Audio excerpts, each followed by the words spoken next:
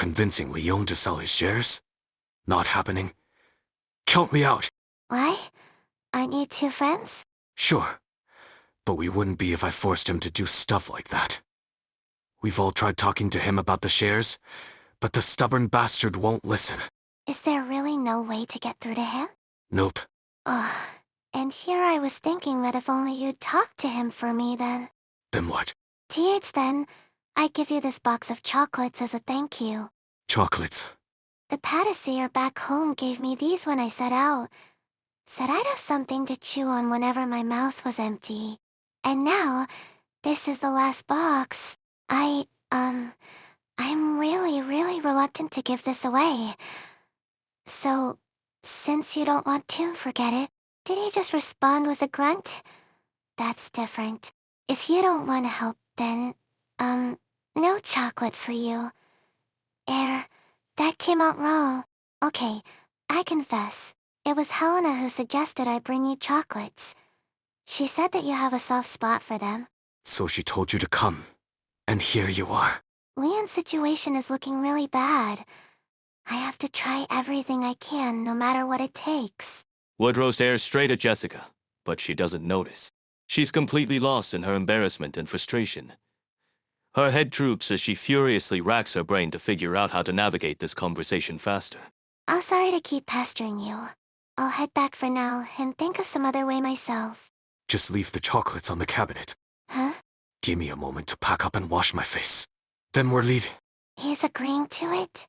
Even though I totally blew my secret? Does he care about his image with Helena that much? Or is it the chocolates? Well, whatever. All that matters is that he agreed. The cabinet? Oh, is it this one? The drawer's open? The objects in the old Sanctus drawer resemble him small and unadorned. A belt, a holster, and a pair of fingerless gloves. Jessica sets the box of chocolates down and notices a few pieces of paper pressed beneath the gloves. Eroded by time, the pages have taken on a brittle, yellow complexion. Jessica knows that she shouldn't look but can't control her urges to sneak a peek. Is this a photo of Woodrow and the boss? There's another Sancta too, and a piece of paper under the photo. It is an identification document. The black ink is hard to make out on the brown parchment, and only a few words readily stand out. Camp Collis. You done putting away the chocolates?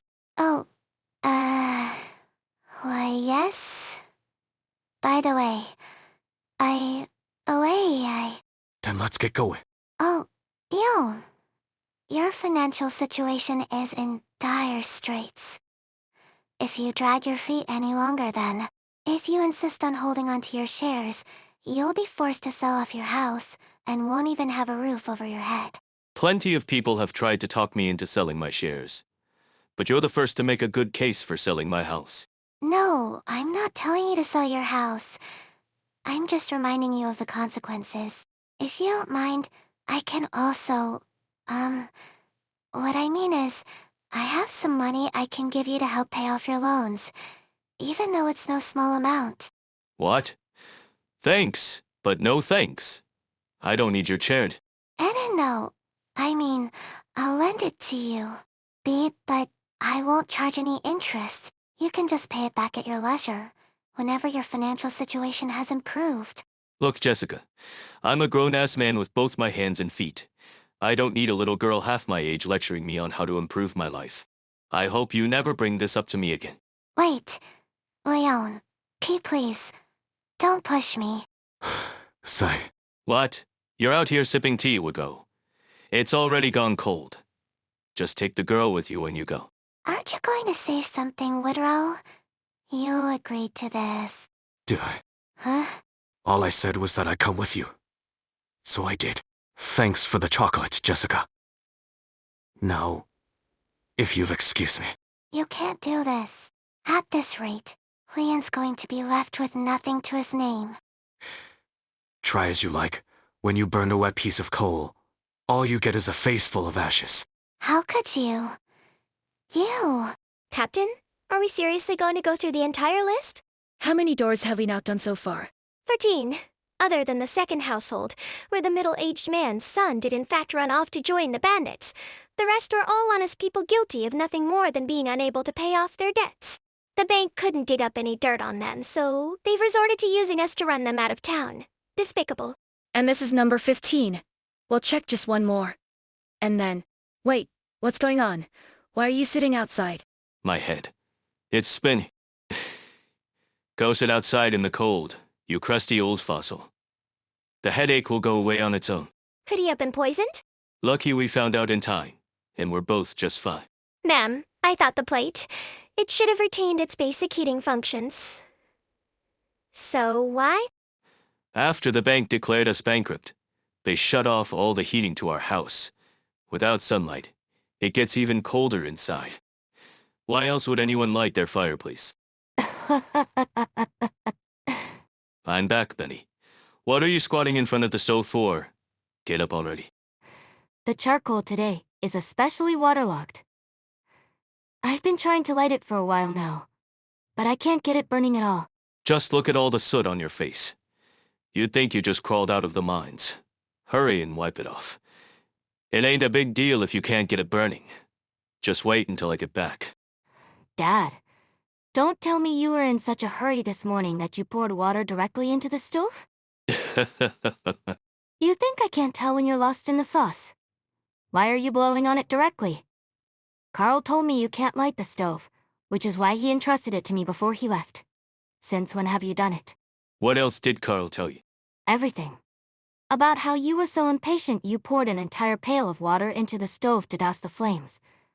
Not only did the coal get ruined, but the bread Helena baked became inedible. She was so mad she chewed your ear off. When did he tell you all that? Who do you think left me all alone back then? Left you on all alone? What are you talking about? How would you even remember anything from when you were so little? All you did was sit in Woodrow's arms and tug on his beard. I don't believe you. Oh, sorry. It's me cough or all this smoke. The stove's completely soaked on the inside. I've been trying to ignite the charcoal for a while now, but haven't had much luck. Give me a moment. No problem. I can help out too. These pieces of charcoal are completely waterlogged. Can you swap them out? This is all the charcoal we got from the caravan. Then, how about some firewood? We can put the broken pieces underneath to isolate the moisture, then lean any thin branches against the stove to light them on fire. Then you just need to add more firewood as necessary. Where'd you learn all that? On the battlefield. Why do you ask? Aren't you a mercenary? It's done. Thanks for helping Benny light the stove, but you should leave now. But I haven't even said anything yet. I just don't understand. Why are you so stubborn about it? Of course you wouldn't. Then, help me understand. I'll never give up if you just keep sending me away. Jessica, I was abandoned here by my birth mother when I was just 4 years old. It was the miners here who raised me. When I enlisted in the army, I focused on learning blasting techniques so that I'd be able to help out in the mines. As soon as I was discharged, I came back and became a mining engineer. I was involved in the renovation and expansion of the mining tunnels below town, the factory above us, and even the power plant we repaired a few days ago. The miners back then must have lived much better lives than they do now. If you told me back then what Davistown would become, I'd have figured you were cursing me out. True. Life can be unpredictable like that. Later, I adopted my coworking's kids. Benny, and his brother, Carl. And even later, the mine kept depreciating until all I could do was keep holding on to my shares no matter what. Like hell, I'd let those damn stakeholders take my life's work and dump it for scraps. But there's no way the mine is ever coming back. Just stop talking. I'm serious here. If you keep holding on to your shares, the bank is going to force you to pay off your debts. Get out of my house. Please, Leon. Even if you kick me out, you're going to have to come face to face with reality. All right. Benny, step out for a bit. You can stay at Auntie Helena's for a night. I'll come find you after Jessica, then I finish talking. Wait, you can't send Benny away. Now, You're trying to lecture me on how to be a parent. Yesterday. Just stop it already, Jessica. Not another word. Yesterday, some gangsters hired by the bank went after your son. Is that true, Benny? Leon's heart constricts as he looks at Benny's soot-stained face. Why didn't you tell me anything? Even if I did, what good would it do? Would you march up to the bank and make a scene? What would that even solve? After seeing his child leave, the man who had been talking so confidently a moment ago immediately hunches his back and squats down by the stove. He picks up the tongs and carefully prods at the wood. Even though the flame is already burning brightly, a puff of black smoke still comes out and sends him into a fit of coughing. If I sell my shares in the mine, what'll I have left? At the very least, you won't leave Benny saddled with debt, and they won't take your house. First, it was Carl. After Carl left, it was Benny. Ever since I took on so much debt, I've been out working from sunup to sundown, leaving the kids at home to fend for themselves. They were in charge of keeping the stove lit, and they had to handle the finances. And Benny was nearly kidnapped. In the end, I couldn't pay off my debts or protect the people I wanted to protect. I'm a right bastard, through and through. Leon smacks the stove hard with the tongs, hard enough to cause sparks to fly. I'd rather die than bow down to those savages at the bank. Just the thought that they'd have the gall to kidnap Benny makes me want to blow the whole damn place to bits. Leon. You said earlier that after I sell my remaining shares, I'll at least be able to leave the house for Benny. But you sure did a number on my stove, just to win me over. You weren't kidding when you said you'd do anything. Wait, if it wasn't you then who? What are you doing here? Woodrow doesn't answer. He simply walks right up to the stove and sets down a heavy-looking box. Leon walks over and sees a box stuffed haphazardly with charcoal pieces. Consider it an apology. Relax, Leon. The toes of your shoes are about to tear the carpet. Relax? That word has no place here. I've prepared all the promissory documents and transfer contracts, so the bank should have nothing to say. Horse. Benny helped out a lot as well. The process shouldn't take very long, and it'll all go smoothly. Would you like me to get you some water? No, I'm good. The fact that I can even stand here means I'm already mentally prepared to let it all go. I'm really sorry about this. Just leave me alone for a second. Now that I can single-handedly release them from those blood-sucking shareholders with the swipe of a pen, I need a moment to myself so I can say goodbye. Jessica. Sylvia. Why, yes. So here's the deal. I took a sneak peek at the documents you prepared. Mr. Theramon's loan repayment is not within the scope of my job, but there are a number of issues with your reference data. The shares are overvalued, and there are some holes that don't add up in the end. You're still short by a considerable amount. I'd appreciate it if you could call him over for me, since there's no way I can face him. No, we're not going to put that on him right now. I'll make a check out to the bank, so can you keep it a secret for me, please? This much? In one lump sum? It's not that big of a deal. Desperate times. But if Mr. Theremin found out, you know how prideful can be. Which is why this is just between us. Nobody else needs to know. Please, Sylvia? Oh, okay then. Then, can I take another look at your documents? I only have copies with me. That's good enough. There are still areas that could use some adjustment. And then, there's the tax returns. Look, these are all items that could have been written off. $30 here, 75 there. There's also a rather large deduction here, a full 400. Adding everything up, it comes out to 1,329, though that's barely a fraction of the amount you have to make up for. You discovered all that just by casually thumbing through the documents? This looks good enough. TH then, I'll directly report this, and say that why you filed a brand new application. Finally, that should take care of the weight around Leon's neck. But he's far from the only one. I need to pick up the pace before Fort Barren arrives. Every person I help has to count for something, right? Manager, we can closely on Naramon's case. He finally decided to sell his shares. That obstinate bastard set us back for years. He was also extremely rude when selling them, scolding us with some rather colorful language, and calling us kidnappers and so forth. But what can he do other than run his mouth? Well then, how about we pay him a direct visit next time? No need to rush. I heard someone advanced the money for him, and now he is indeed debt-free. But once his shares are sold, there are plenty others circling the mine, waiting for us to swoop in. I feel weird saying this, but if the heating's still chugging along and the stove's lit too, why does it feel so cold? The bank's not up to something again, are they? I hung them up all night, and my socks still ain't dry. What's that noise? How many times do I have to tell you to shave, Woody? Every time you take a sip of water, you spill droplets all over the table. What are you on about? I ain't had a drink since I came in. Then where did all these water stains come from? Your diner's just getting old and rickety. Just like my brain these days. Like, am I remembering this wrong? Or has there always been a huge water stain over there?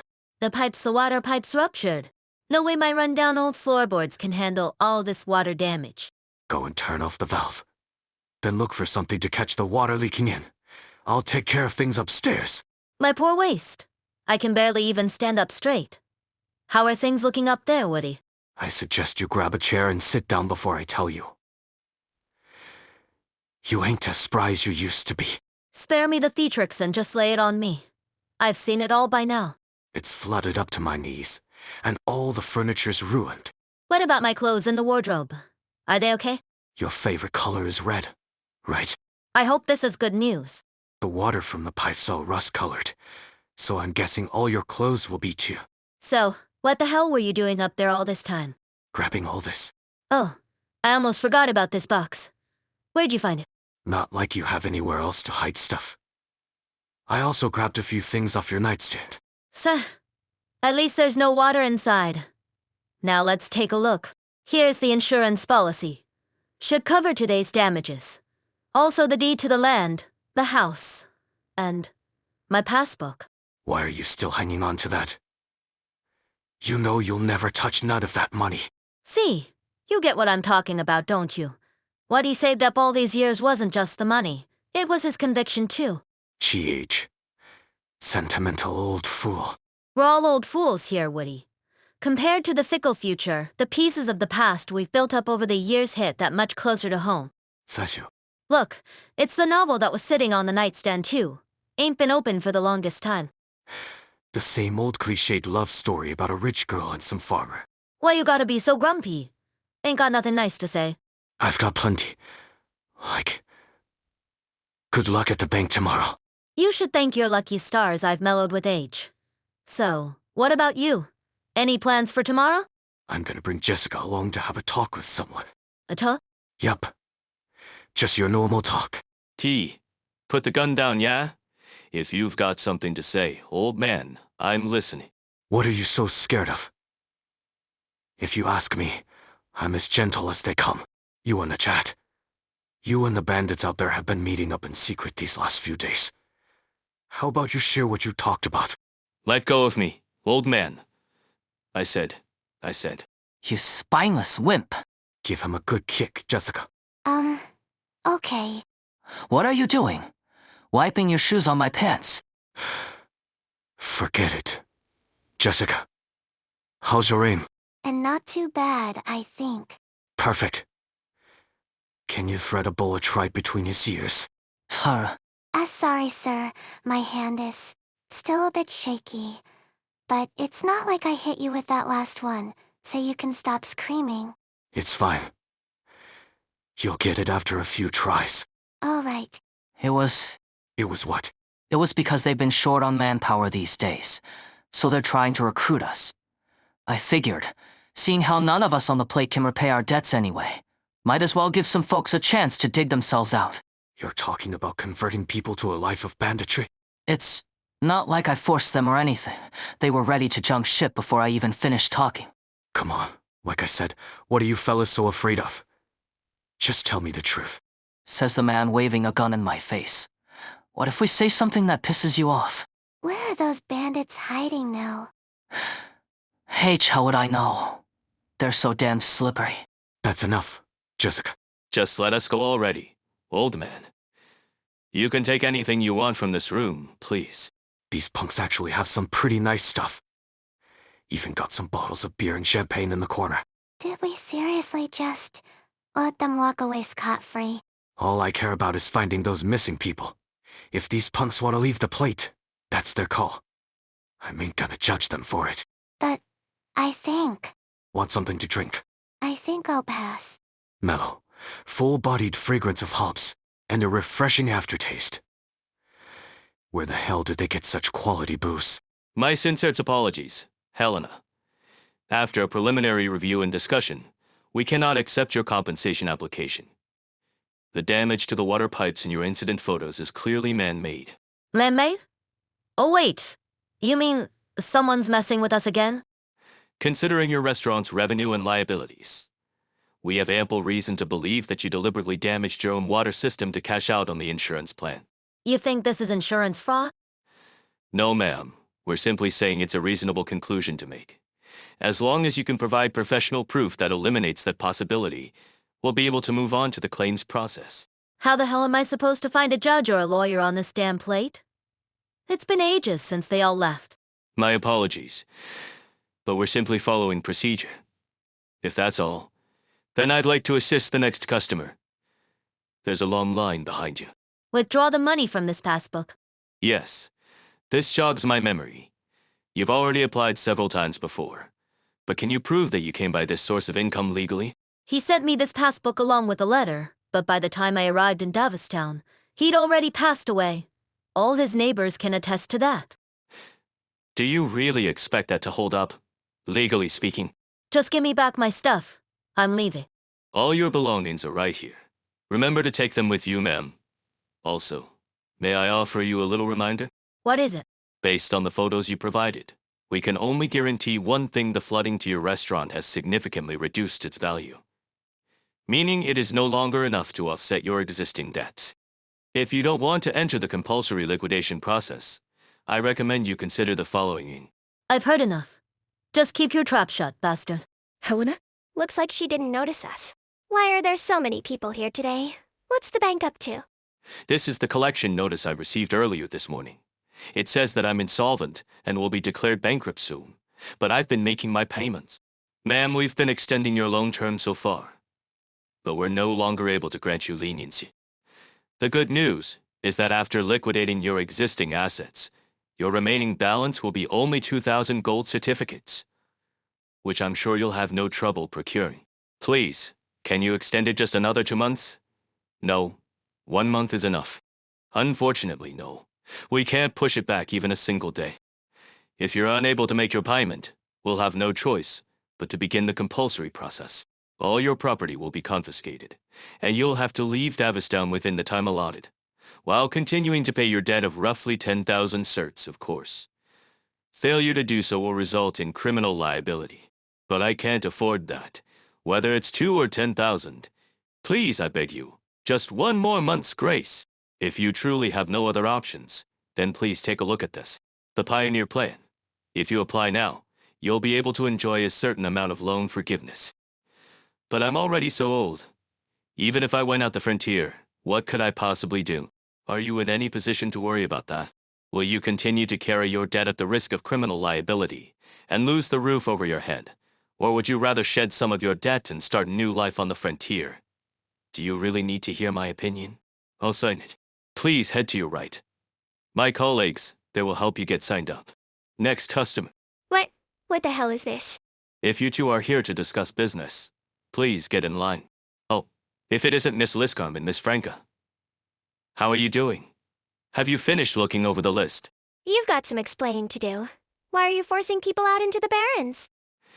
By signing the agreement, they can shed a lot of their existing debt and start over without that weight on their backs. Isn't that the best possible outcome? And what about the list? How are any of these people supposed to be bandits?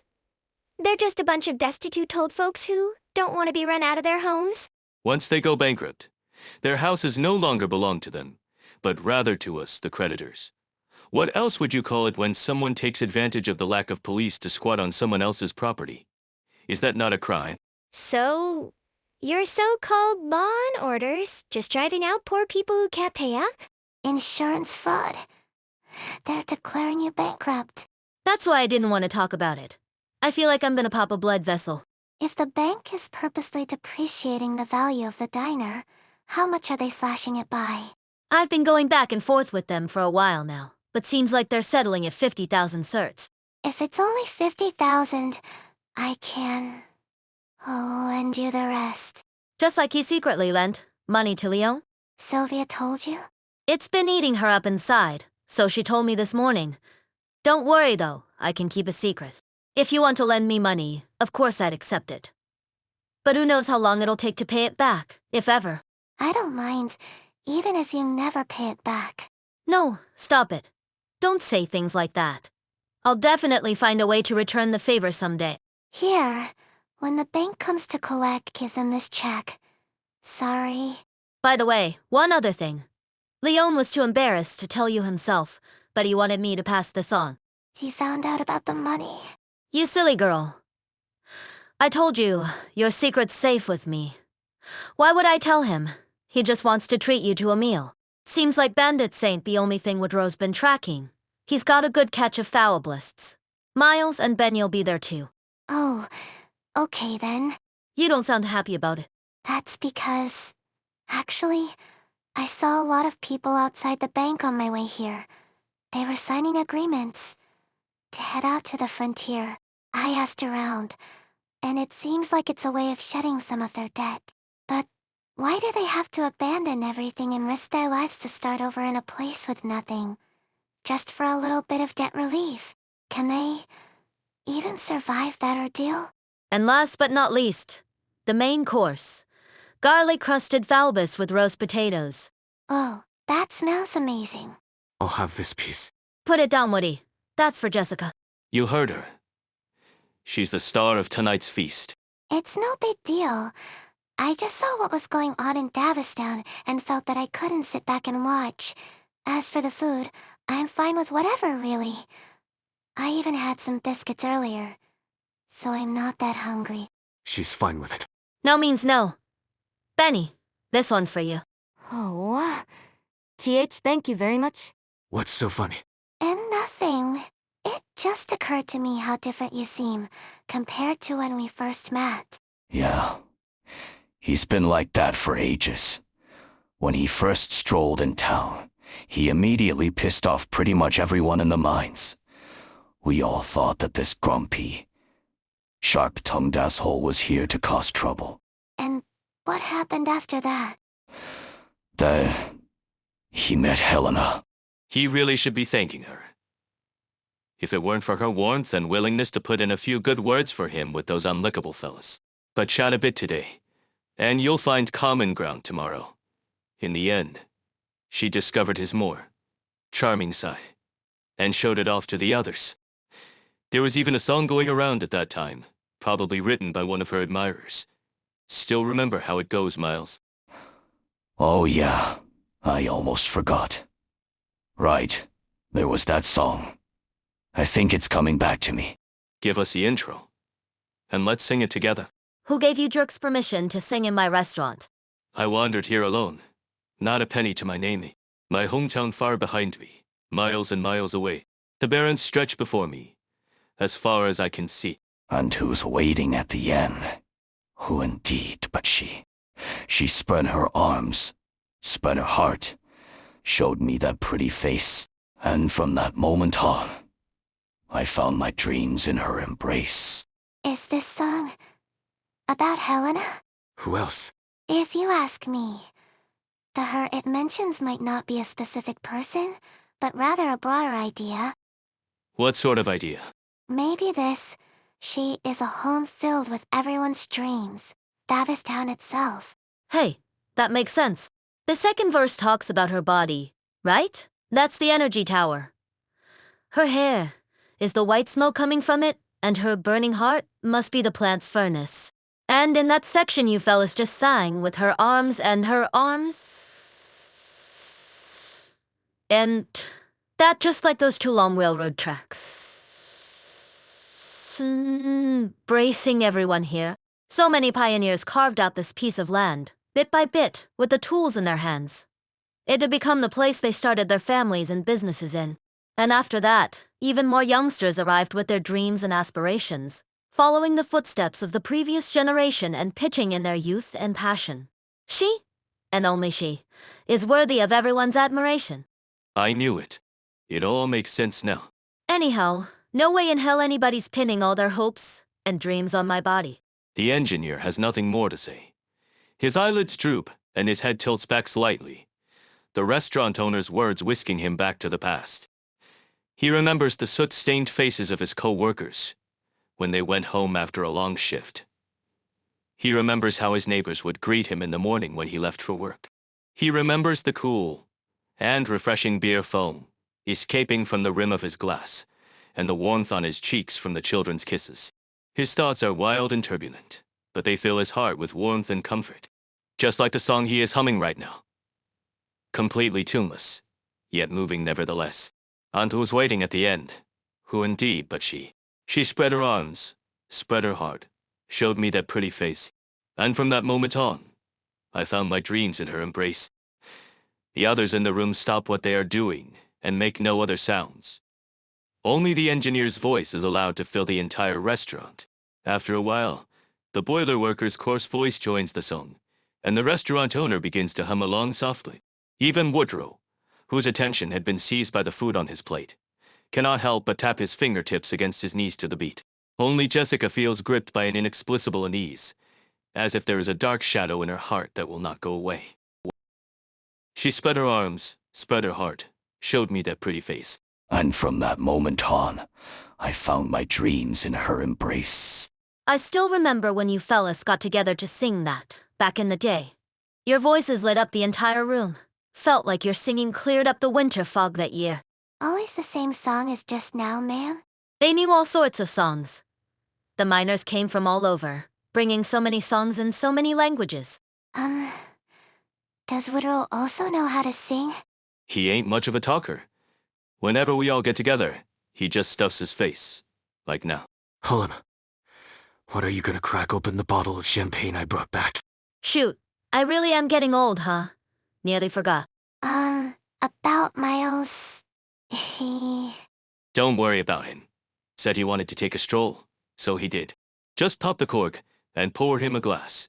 We can toast when he comes back. All right, without further ado. The cork shoots out with a pop. Golden wine and silver foam splashing out at the same time. The sweet aroma spreads across the room, and wondrous bevid-mintled sparkles in the eyes of everyone at the table. Here, Jessica. You're the star tonight, so the first glass is for you. Thank you. Next up is you, Woody. Thanks for helping her talk some sense into that stubborn old burden-best. Don't mention it.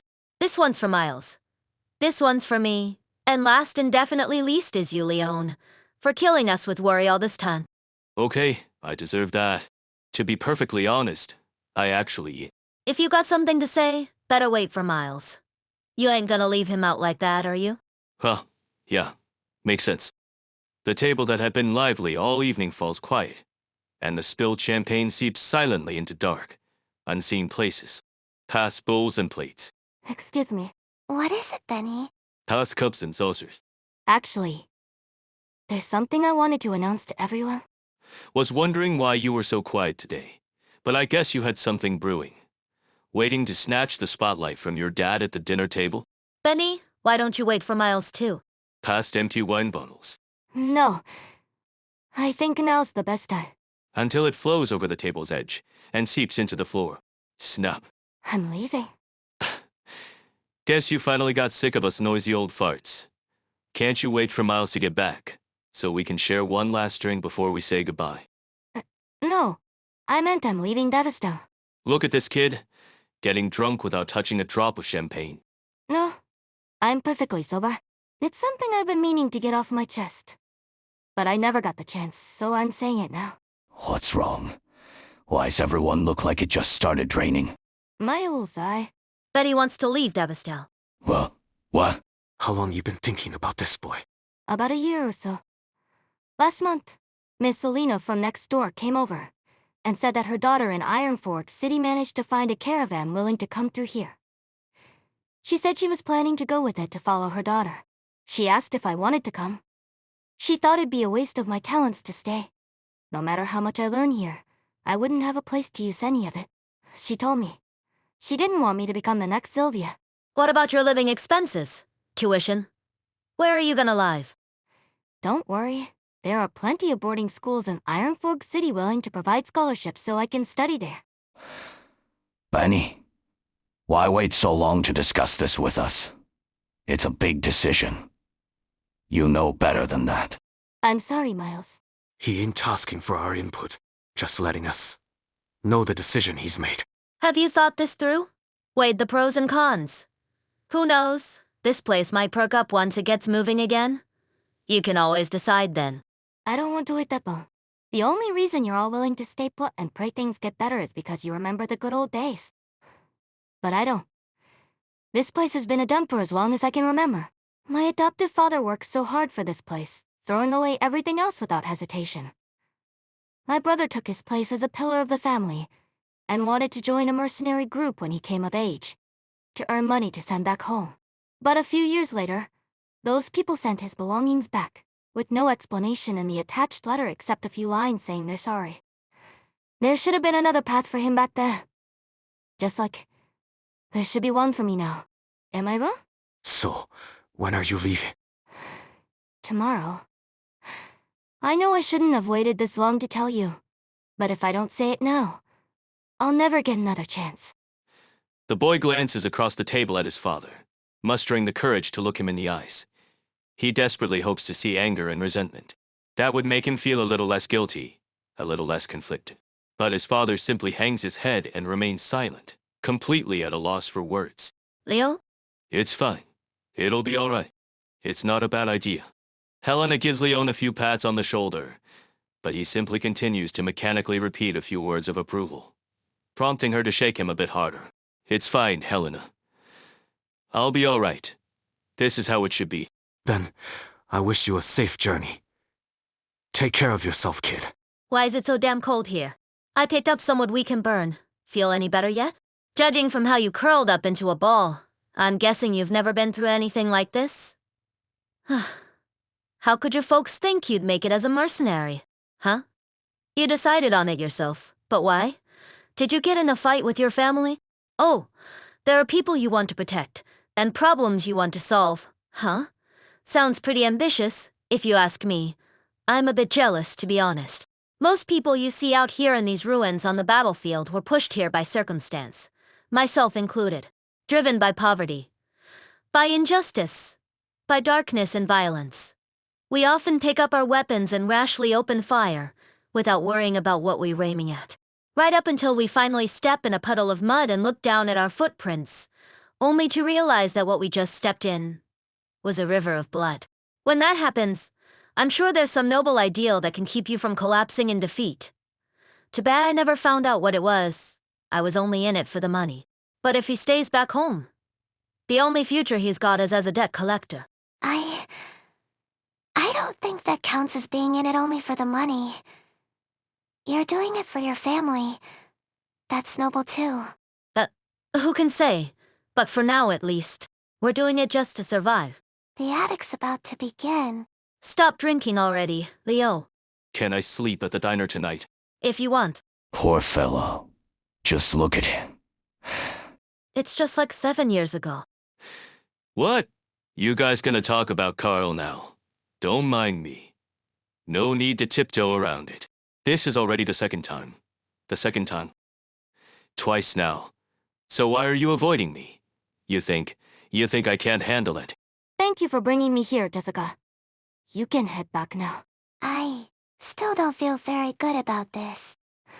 I don't think your boss would be happy with how you're always fretting over us. I just can't bear to stand on the sidelines when there's something I can do. Still, you helped Dad keep the house, so thanks again. But the reason he finally sold his shares was because of you. I know. He had to give up what was most precious to him just to keep a roof over my head. But with me gone, he'll finally be free to do what he really wants. In that sense, the house was never the obstacle. It was me and my brother. Do you remember my brother? You're talking about Carl? I've heard you and Helena mention him before.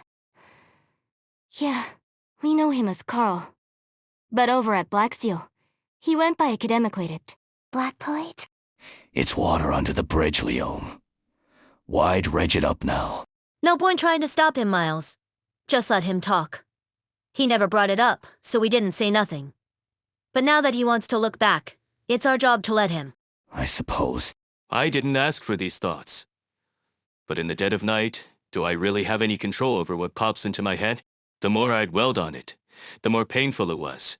The more painful it was, the less it made sense. But Benny figured that all out a long time ago. He was right. Every step Carl took was never really his own choice. Because I was too stubborn, too arrogant, I ended up running everything dry. Our money, our lives, and our choices. When I was a minor who'd always complain how nothing was easy anymore when you're middle-aged.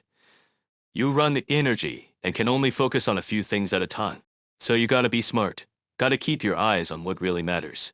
Stop being greedy. But when it was my turn to grow old, I just refused to accept it. I grabbed the wrong end of the rope and held on for dear life. Told myself I was a brave warrior, fighting the good fight against fate itself.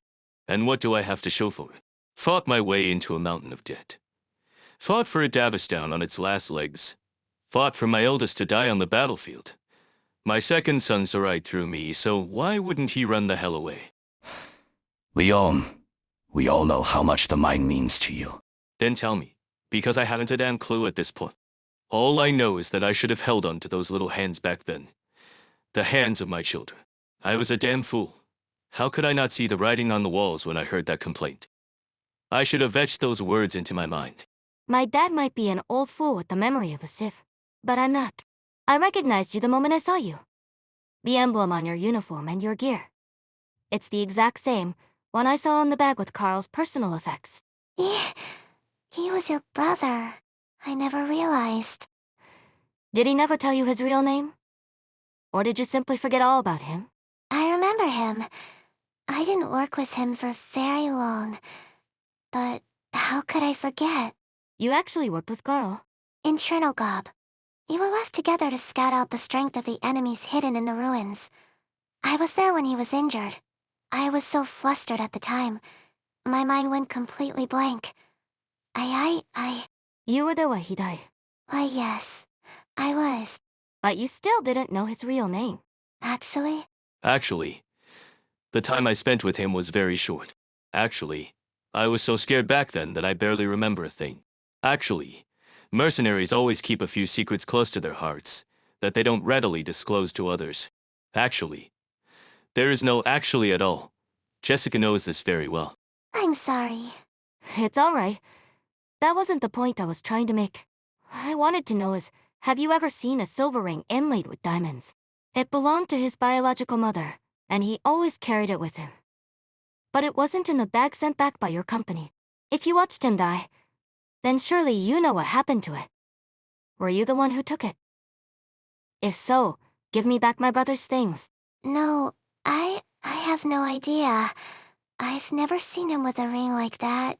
Maybe it got lost. How could Carl possibly lose that ring? Finally done with the last one. Let's take a look. Number 120. With just a few strokes of the pen, 120 people have been sent to the frontier. Well, you better keep that pen moving or you'll be next.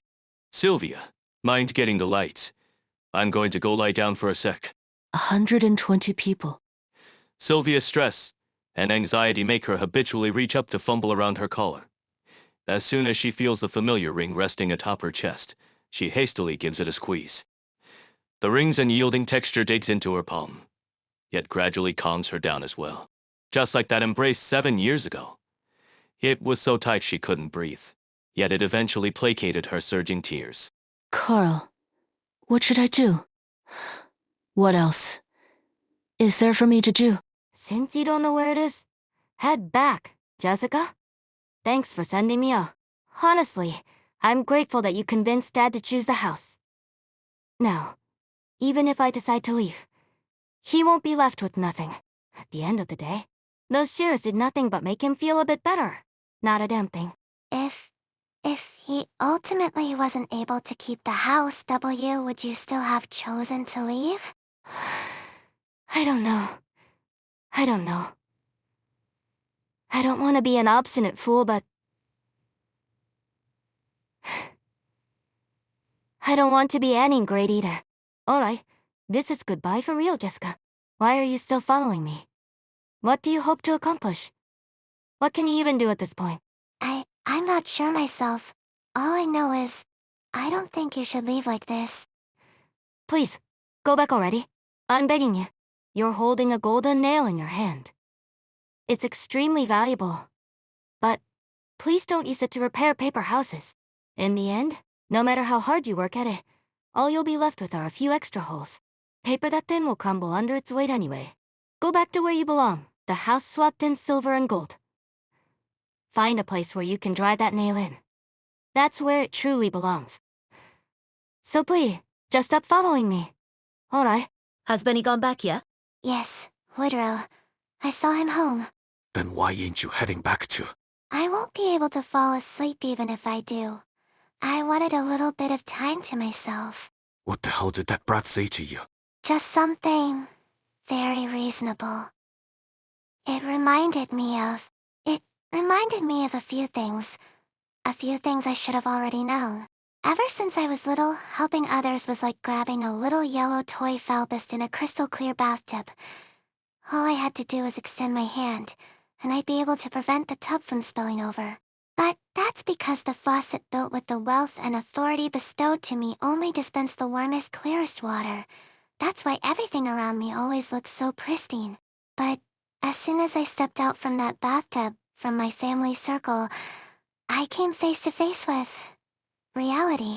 Reality is a murky quagmire. When you reach in, you have no idea what you'll pull out, or what you'll touch. There's no reason for you to agonize over this. To be blunt, nothing you did meant a damn thing to Benny's final decision. I watched that kid grow up. He's been full of good ideas since he was little. Great ideas. He really takes after someone I once knew. When he sorts things out in his head and makes up his mind, he'll set off in a straight line and never look back. He'll clear a path forward, but no way back. Sounds like an extremely determined person, almost irrationally so. He was the most rational person. I know the source of all our problems, as well as the solutions, can only be found on the road ahead of us. I'm a bit jealous of people like that. Being that perceptive at a young age must save you a lot of unnecessary detours. Don't ever envy people for that, Jessica. Why do you say that? Because they lend up bull. Not a single strand of hair. Thanks for the reassurance. 2 weeks later. Hey, teacher's pet. We've been waiting here for nearly a whole day already. You saw the news that the messenger brought us from Huck, didn't you? They said the end is tomorrow afternoon. And also that we needed to spend the day before preparing everything needed for the connection. The Davistown connectors were working fine to start with. Laura got it all up and running in half a day. And now we're just standing around with our thumbs up our butts. If you're cold, you're free to use the tent we set up, or warm yourself by the fire. What if I'm not cold? What if I'm afraid? Of what? I don't know. I just really can't tell how this whole thing will go down. Liscom brings her communicator to her ear, looking slightly impatient. It's not receiving any signal. This proves that Fort Barren, known to Blacksteel's operators as the Landship, has yet to enter transmission range. Not going to warm yourself up a little longer, Jessica? I'll pass. It's almost dark. I'll feel cold regardless. You shouldn't worry too much. I mean, yeah, I'm real mad about the bank too, but the Landship is almost here. The boss isn't about to let those banker bastards make a fool of us. Boss? Which boss? Mr. Cliff. Who else? It's hard to say. I mean, in the end, he's a businessman. Jessica silently looks in the direction of the platform. Instinctively, she reaches into her pouch and rubs the bullet inside. Look over there. He set a fire. Where? Right on the plate, close to the mining district. Maybe they started a fire by accident while heating themselves up, sir. Hold on, no, there's not just one.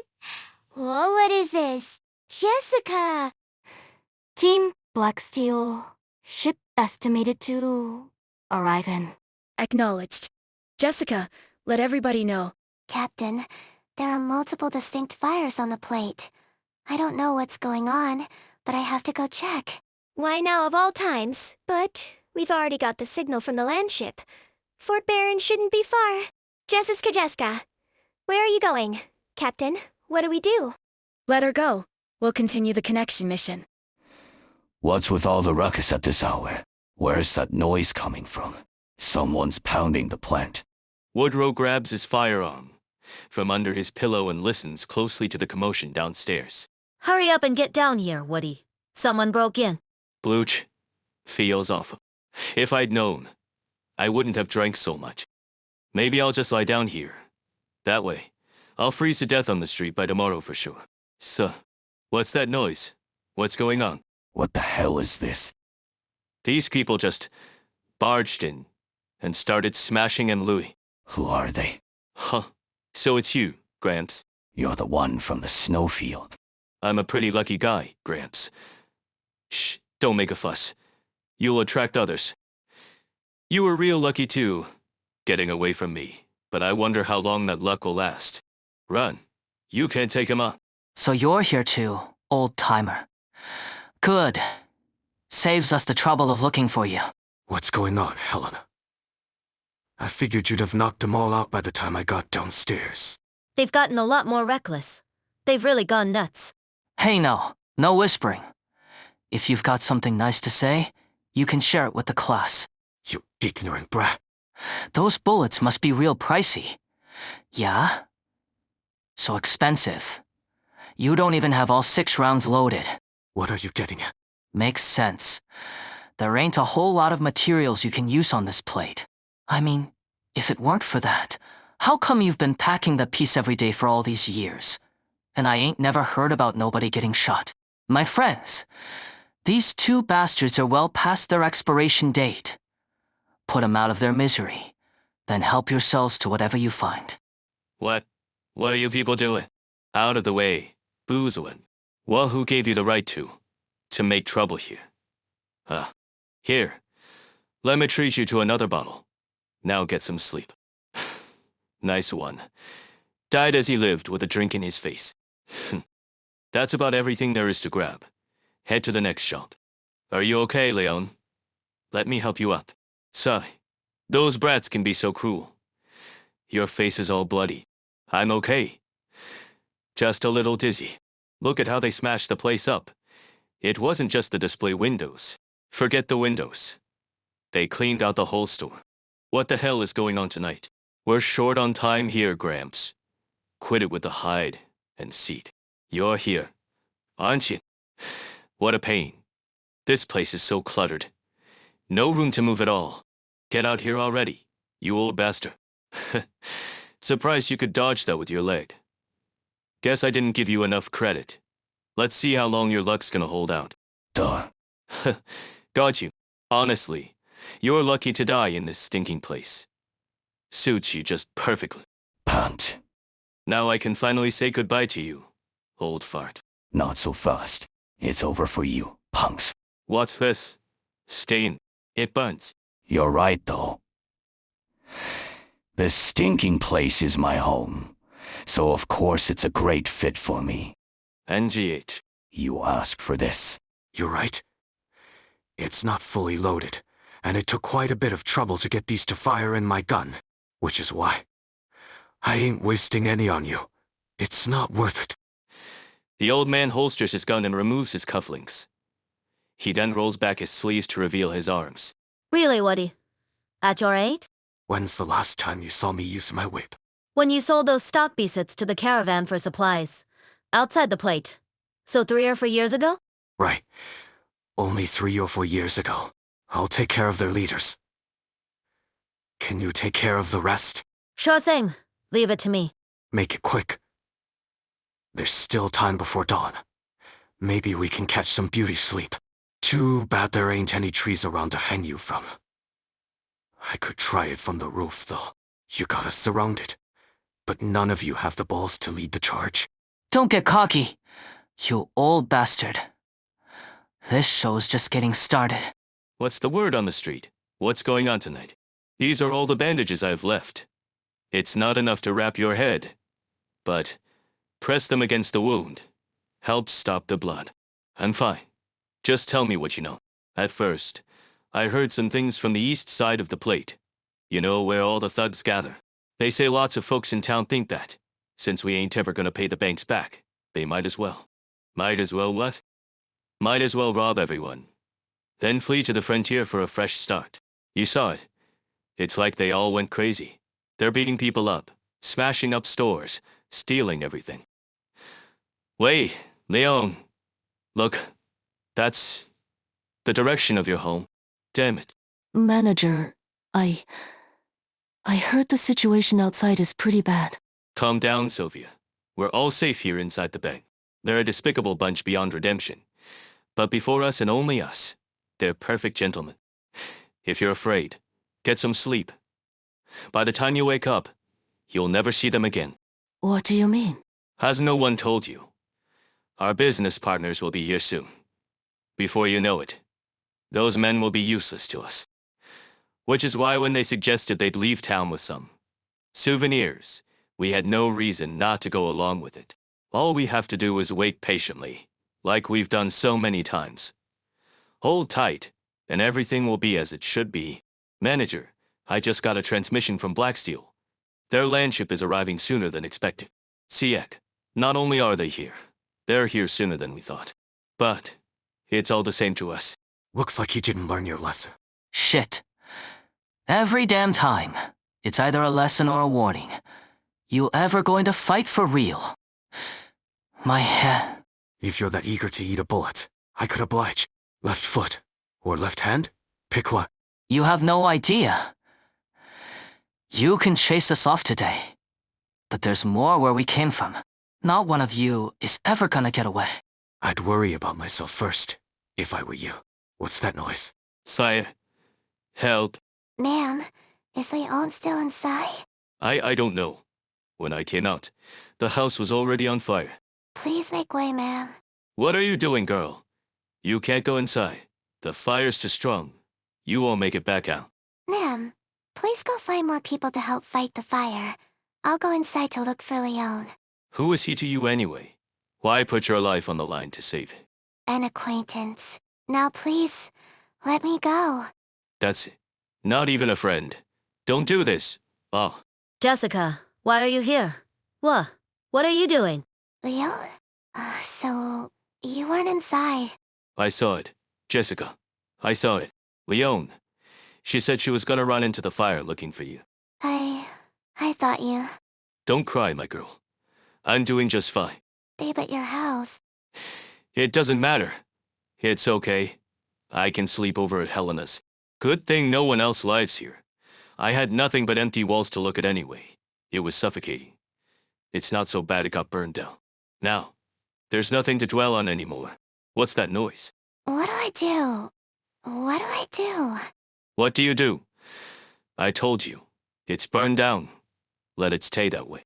What do I do? What do I do? What do I do? No.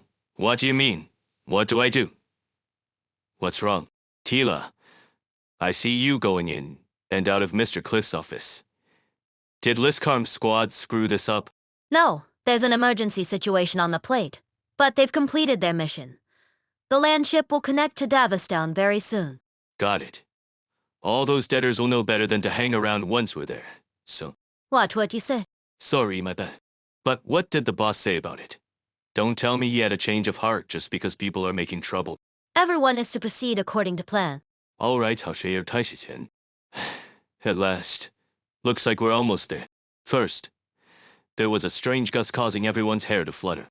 Next, there was the rumble they felt beneath their feet. Finally, there was a loud boom in the sky, hundreds of yards away.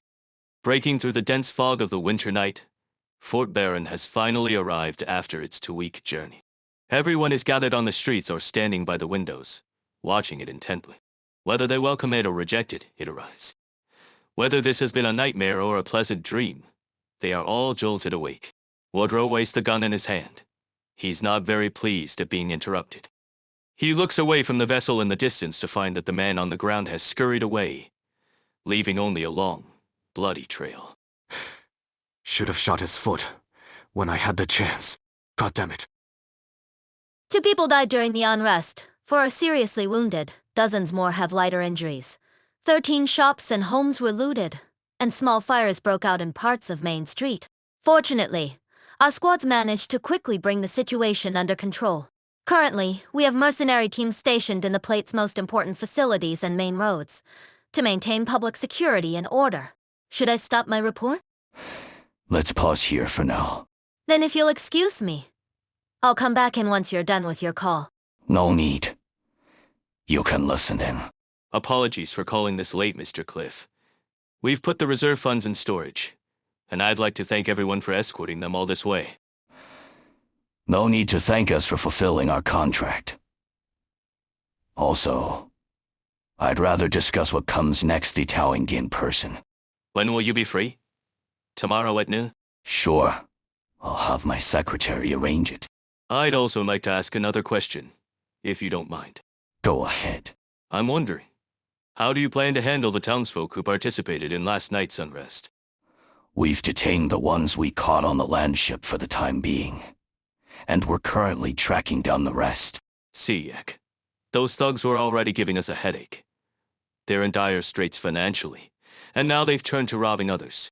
You sound pretty familiar with them. Yes, they're old acquaintances on the bank's debtor list. Mind if we take a look at that? If you're going to look into the matter, you should start with these people. Thanks for bringing him over last night, Jessica. Is Leon all right? Benny's gone, and then his house, the only thing he had left, burned down in that fire. He didn't say anything. Fell asleep as soon as I treated his wounds. He's lucky he spends his nights getting wasted on the streets instead of sleeping in bed. That's enough out of you, Woody. Fine, I'll go check on him. Jessica, where'd you outside welcoming the landship yesterday? Why'd you come back all of a sudden? Actually, Woodrow, I was looking for you, but I saw smoke coming from Leon's house, so I went there first. For me? What for? Ever since I got here, I've been worrying nonstop about the landship's arrival. But that's your company. Now you've got an entire fortress of your buddies to take over any problems you'll have been facing. But that doesn't mean Black Steel being here will be good for the people of the plate. Nomadic platforms are expensive to build and an extremely scarce resource, so the government won't just discard them. They'll probably refurbish the plate, upgrading it and integrating it into a larger settlement. Still not seeing the downside. But they don't want the residents to stay, so they're doing everything they can to make them leave on their own. That's why the bank's here. They've recovered a lot of the fallen platform's assets through loan contracts and risky ventures, and they've sent a lot of people to the frontier too. Methods like these are perfectly legal. There's nothing for us to object to. Are the people really gonna take it though? Maybe they don't have a choice? You've been here a lot longer than I have, so I'm sure you know better than I do. We still have a few tough nuts to crack. Which is why they've engaged a mercenary group like Black Steel. And what about after your undoubtedly thorough investigation? Do you plan to keep the detainees at Fort Barron? I may as well ask how you've dealt with them in the past. We used to ship guys like them off to the frontier, when we still had police. Then we'll do the same. Thank you for doing all this for us. It's no big deal. Looking forward to our meeting tomorrow. Hold on. Could I make a small request? Could we have additional security deployed at the bank? No problem. I'll have my subordinates make any further arrangements. Right. See you tomorrow then. What do you think, Tila? That we're getting our hands dirty again. What else can they do? They're all respectable people who can't sully their reputations. So it's up to us mercs to be the bad guys. So how should we handle that last request from the bank? Did they suffer any damage last night? Just some obscene graffiti scrawled all over the building. Whatever. Emotional damage counts as damage too. Just dispatch some people familiar with the situation. The important thing for now is to figure out how to clear all these irrelevants off the board before the plate starts moving. Your landship ain't here just to tow the plate away, is it? Helping the bank evict debtors and recover non-performing assets are both on the to-do list. As for the methods, I don't think they'll leave any room for concessions. Before I came here, someone asked me to bring a bullet to you. A bullet? Who? My boss, Cliff. And who's that? When I was looking for you that day, there was an open drawer with a photo inside. Cliff is the man who had his arm around your shoulder. So he changed his name. Huh. And now he's your boss. I'm so sorry, I didn't mean to look. But if you have a history with each other, then maybe you could have a word with him. I don't know. If there's anyone he'd listen to, it's you, right? I really don't have any other ideas. Jessica, I appreciate you helping out Leo and Helena. And who knows who else. But I just can't wrap my head around why you're being so stubborn about this. You're a merc. You've got no duty to us. You don't have to stick your nose into every little thing you see. Back in Victoria, I sat back and just let things happen. And it ended horribly. It was all my fault. Thanks for bringing me the bullet. I've been looking for it for a long time now. You should get back to your friends first. Some things, all I can do is give it my best shot. Waddy, the bed's empty, Waddy. Did Leon go out? I ran into him this morning. He's off looking for Miles. Then why didn't you tell me earlier? Let's just say, I forgot. Come again. My apologies, sir, but this place has been sealed off, and no one's allowed in or out. What do you mean no one's allowed in or out? I spent half my life here. Let me through. I'm sorry, sir. Hey, wait, what are you doing to me? This. Please forgive me, sir, but this is my job. Get your ass back here. Leon. Miles, I was just about to go in there looking for you. You all right after that huge mess last night? I'm good. What's with the huge whelmed on your head? I ran into that gang of troublemakers yesterday, and we exchanged a few blows. Why aren't you in the tower? Those people barged in here after things quieted down. Said Blacksteel would be taking over the maintenance work and kindly escorted me out. They do anything to you? Let's get out of here first. Not exactly the best place to talk. Leave the door open, Leon. We have to get back to the plant later. How can anyone get in there with their eyes all over the place? I know an abandoned path into the tower. Hasn't been used in years. Then let's get going. What's the rush? I need to fetch some tools to clear the road, among other things. Need any help? Don't bother. I got everything here. Let's go. There's so much just here. Just how long has this path been here? Has to be at least 30 years since anyone last came through here. Keep it down, Laura. We just want to take a look around. Won't be long. Fine. I'll let you know if the patrol comes around, but keep it quick. Lucky we ran into her, and not anyone else. What are you doing? There's already fuel in there, so why throw in more stuff to burn? Remember what happened in July? So many people finally caved in and signed agreements to go to the frontier. How could I forget? Well, the bank's been putting on the pressure again. And this time there's even more people talking about it. I asked a few families, and some of them are already waiting for the frontier convoys. Others still want to hold out here. How long can they keep it up? Just get to the point, Miles. No one needs the Davistown mine no more. Even if they fix up the plate, no one's gonna care about us miners. Without jobs, we'll all end up leaving in disgrace anyhow. So you know, come with me, Leon. Maybe you're right, but I still ain't leaving. Yup, that's the Leon I know. So is that why you wanted to come here? Just to tell me that? No. I came because I wanted to. Burn what needs burning, I guess. Before I leave. Wait, but there's so many photos of people in that album. You plan on burning all those too? I ain't like you, Leon. I don't want to spend the rest of my life here. I figured you were just dead drunk when you said that last time. I had a notion of leaving this town even when I was young. But no way my parents could take care of all my younger siblings on their own. That's how I ended up stumbling into the mines in a stupor when I was 15. My eyes were scorched by the heat and sweat of the boiler room, while the older guys bossed me around. I hated every goddamn minute of it, but could only press on through clenched teeth while thinking about my family. And by the time I realized it, all I knew was taking care of the furnace. Didn't know any other way to live. You never told me all this. Leon, it hurt when Benny said he was leaving, but even then I felt he made the right choice. So this has been a long time coming? Yeah. Let him go before this plate ties him down. Maybe he can go to college. Ironforge City, Trimans. Anywhere's fine as long as it ain't here. So you're saying I should be glad he got out in time? This land here's been squeezed dry, Leon. And those guys from the government are just gonna abandon it entirely. Or scoop in new soil from elsewhere.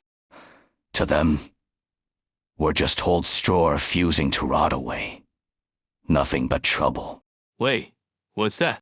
Why's there a photo of your family in there? Leon reflexively moves to stick his hand into the furnace. But the photo vanishes in a puff of blue smoke before he can even feel the heat. Benny must have left that one in. I wasn't too careful when packing it all up, sorry.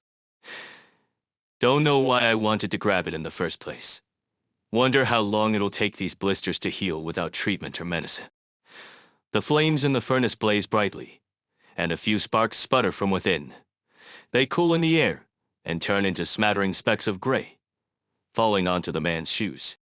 He sighs as he rubs the corners of his eyes, only to realize that the wetness that had been there has already dried up from the high temperature. Sir, this must be a misunderstanding. I stayed home all night yesterday. Please cooperate with us, man. Sir, please. Can't you talk your superiors into being a little flexible? How can I leave for the frontier midwinter with a child in tow? It seems you do know where we're taking you. So please, just cooperate. We don't want to have to resort to force. Nila. Hey, what are you doing? And which squad are you from? Jessica, Department of Equipment and Applied Technologies. Temporarily transferred to B. P. R. SS's Liscarm Squad. We're under orders to trace the source of last night's unrest. Locals with heavy debt are our prime suspects, so that's where we're starting our investigation. Does your list include a single mom with a child too? Just following orders. Besides, even if she's innocent, we still have to repossess her mortgaged property. Or possess mortgage property.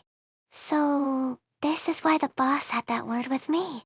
Listen, I don't see what the boss has to do with this, but I do know you're hindering my work here. Don't you realize that you're doing the exact same thing as those gangsters you arrested? Orders, princess. Just following orders. Don't make me repeat myself. I found the woman. Sir, please. I'm begging you. Let that lady go. What? He said, let her go. We're not the same as you, princess. We need these paychecks to eat. Paychecks. Paychecks. Is your pay hecto? No. I mean, I'm saying, I can pay you. What's this now, bribery? Raytheon's little lady is actually trying to bribe me? Yes, I'm just a stupid little rich girl who throws money at all her problems, okay? Guess there's no need for professional integrity when you've got a family like that at your back. But me? I can only trade my conscience for cash at Black Steel. I'm glad you're so self-aware, but it really doesn't matter. Just stop making things difficult for us lowly peasants. If you've got money to burn, why not head on over to the bank and pay off all their debts? Easy there, princess. Take your finger off the trigger, yeah? Yeah? I know you lost your head for a bit there. but we still have to act according to our stations. What? Jessica lowers her head to find that at some point, her hand had moved to her holster. When she sees what is probably an expression of both wariness and disdain on the mercenary's face, she ends up swallowing her apology as she turns around and runs towards the bank. Why is someone still outside this late? Is that Jessica? What brings you here at this hour, miss? Huth, have some business here. Let's talk inside, shall we? What's going on, Sylvia? Didn't I tell you to keep the door closed at night? Recently, those people from Blacksteel have been. So it was you, miss. I'm not sure why you've paid us a visit at this hour, but how may I serve you? Don't chase them out. Chase them out? Who exactly? The residents with debt. Don't let Blacksteel drive them out. Who's this coming from, Mr. Cliff? It's from me. Did I hear that right? If this is a joke, I'm not sure I get it. What holds sway in a bank are not the delusions of a mercenary, but honest, to-goodness gold certificates. I have the certs. This isn't a crazy fantasy. I can walk the walk and pay off their debts. I'm sorry, but the bank doesn't have time to indulge your nonsense. I'm the daughter of Bernie Brinley, the CEO and largest shareholder of Rethane Industries. Jessica freezes on the spot as soon as she finishes speaking. Ever since she joined Blacksteel, she has never once relied on her father or her family to handle any setbacks she's faced. This was her one unwavering insistence and did not want any special treatment because of her family name. But she had just unleashed the name of her father, as well as the one that sits on their family crest. Barney Brinley, you must be quite the big head then, Miss Jessica Brinley. Spare me the sarcasm, ma'am. Just give me the number. I can't give you an exact figure on the spot, but no matter. Sylvia is here, and she's always been good with numbers. What are you standing there for, Sylvia? Miss, She's a child of the Brinley family. It should be a paltry sometime. This isn't a good idea. Tell her, Sylvia. Currently, everyone's debt in Davistown roughly totals 270 million certs. If we calculate the interest until spring, the amount you'll need is roughly How much? 450 gold certificates. 28 million? A small price for 3 months of peace and stability on the plate. No, at a loss for words, Miss Brinley. I don't have that much on hand right now, but I can make the arrangements. 450 Zaro. So even a trust fund heiress can't withdraw that much money in one go? I've learned something new today. No. Jessica, Sylvia, you're not from Davistown. There's really no need to do this for our sake. Listen to me. You should just leave. Even if you have enough for this time, could you afford the next one? Or the one after that? Jessica's lips tremble as she fails to let even a single word out. She knows Sylvia is not being wry, but just stating the facts. She thinks back to her father's earnest Dremondresto, always act within her means, and to weigh the pros and cons before doing so. But she never learned to, and thus has no achievements to her name. Sir? Are you in there? Yes. What's the matter? He's here. Is it a good time for you to meet, sir? Yes. I heard you. Jessica, ain't you supposed to be back on the Blacksteel landship? Helena, is Woodrow back yet? No, he said he went out to see an old friend, and isn't back yet. You don't look so good. What's wrong? Did something happen to Woody? No. He must have gone to our landship to meet the boss. They're old friends, so maybe he can change his mind. The boss of Blacksteel. He never told me he knew a big hit like that. Doesn't he have a photo of him and some other sancta? Photo? That rings a bell, but ain't it always locked away in his drawer? How did you manage a look? That's not important. What's important is that the three in the photo were all smiles, right? Are you sure Woody went to look for the man in the photo? I didn't know much about Woody's time in the Revolutionary War, and even less about the people in that photo. But back then, It was your boss who made the choice that led to Woody, and the other man getting captured by the enemy and locked up in Camp Collis. Is that an internment camp? You didn't know? Well, it's ancient history. No official would ever bring it up, so of course you young guns wouldn't know about it. It was a POW camp built by the Victorian Army during the Colombian Revolutionary War. And what went on in there was appalling. I'm talking torture. Torture. Yeah. For every 10 that went in, only 1 made it out. So Jessica, who'd ever call someone who left them to rot in a place like that an old friend? Jessica recalls the brown identification document. She suddenly realizes that the document's color was not just a random shade of brown, but the color of dried blood.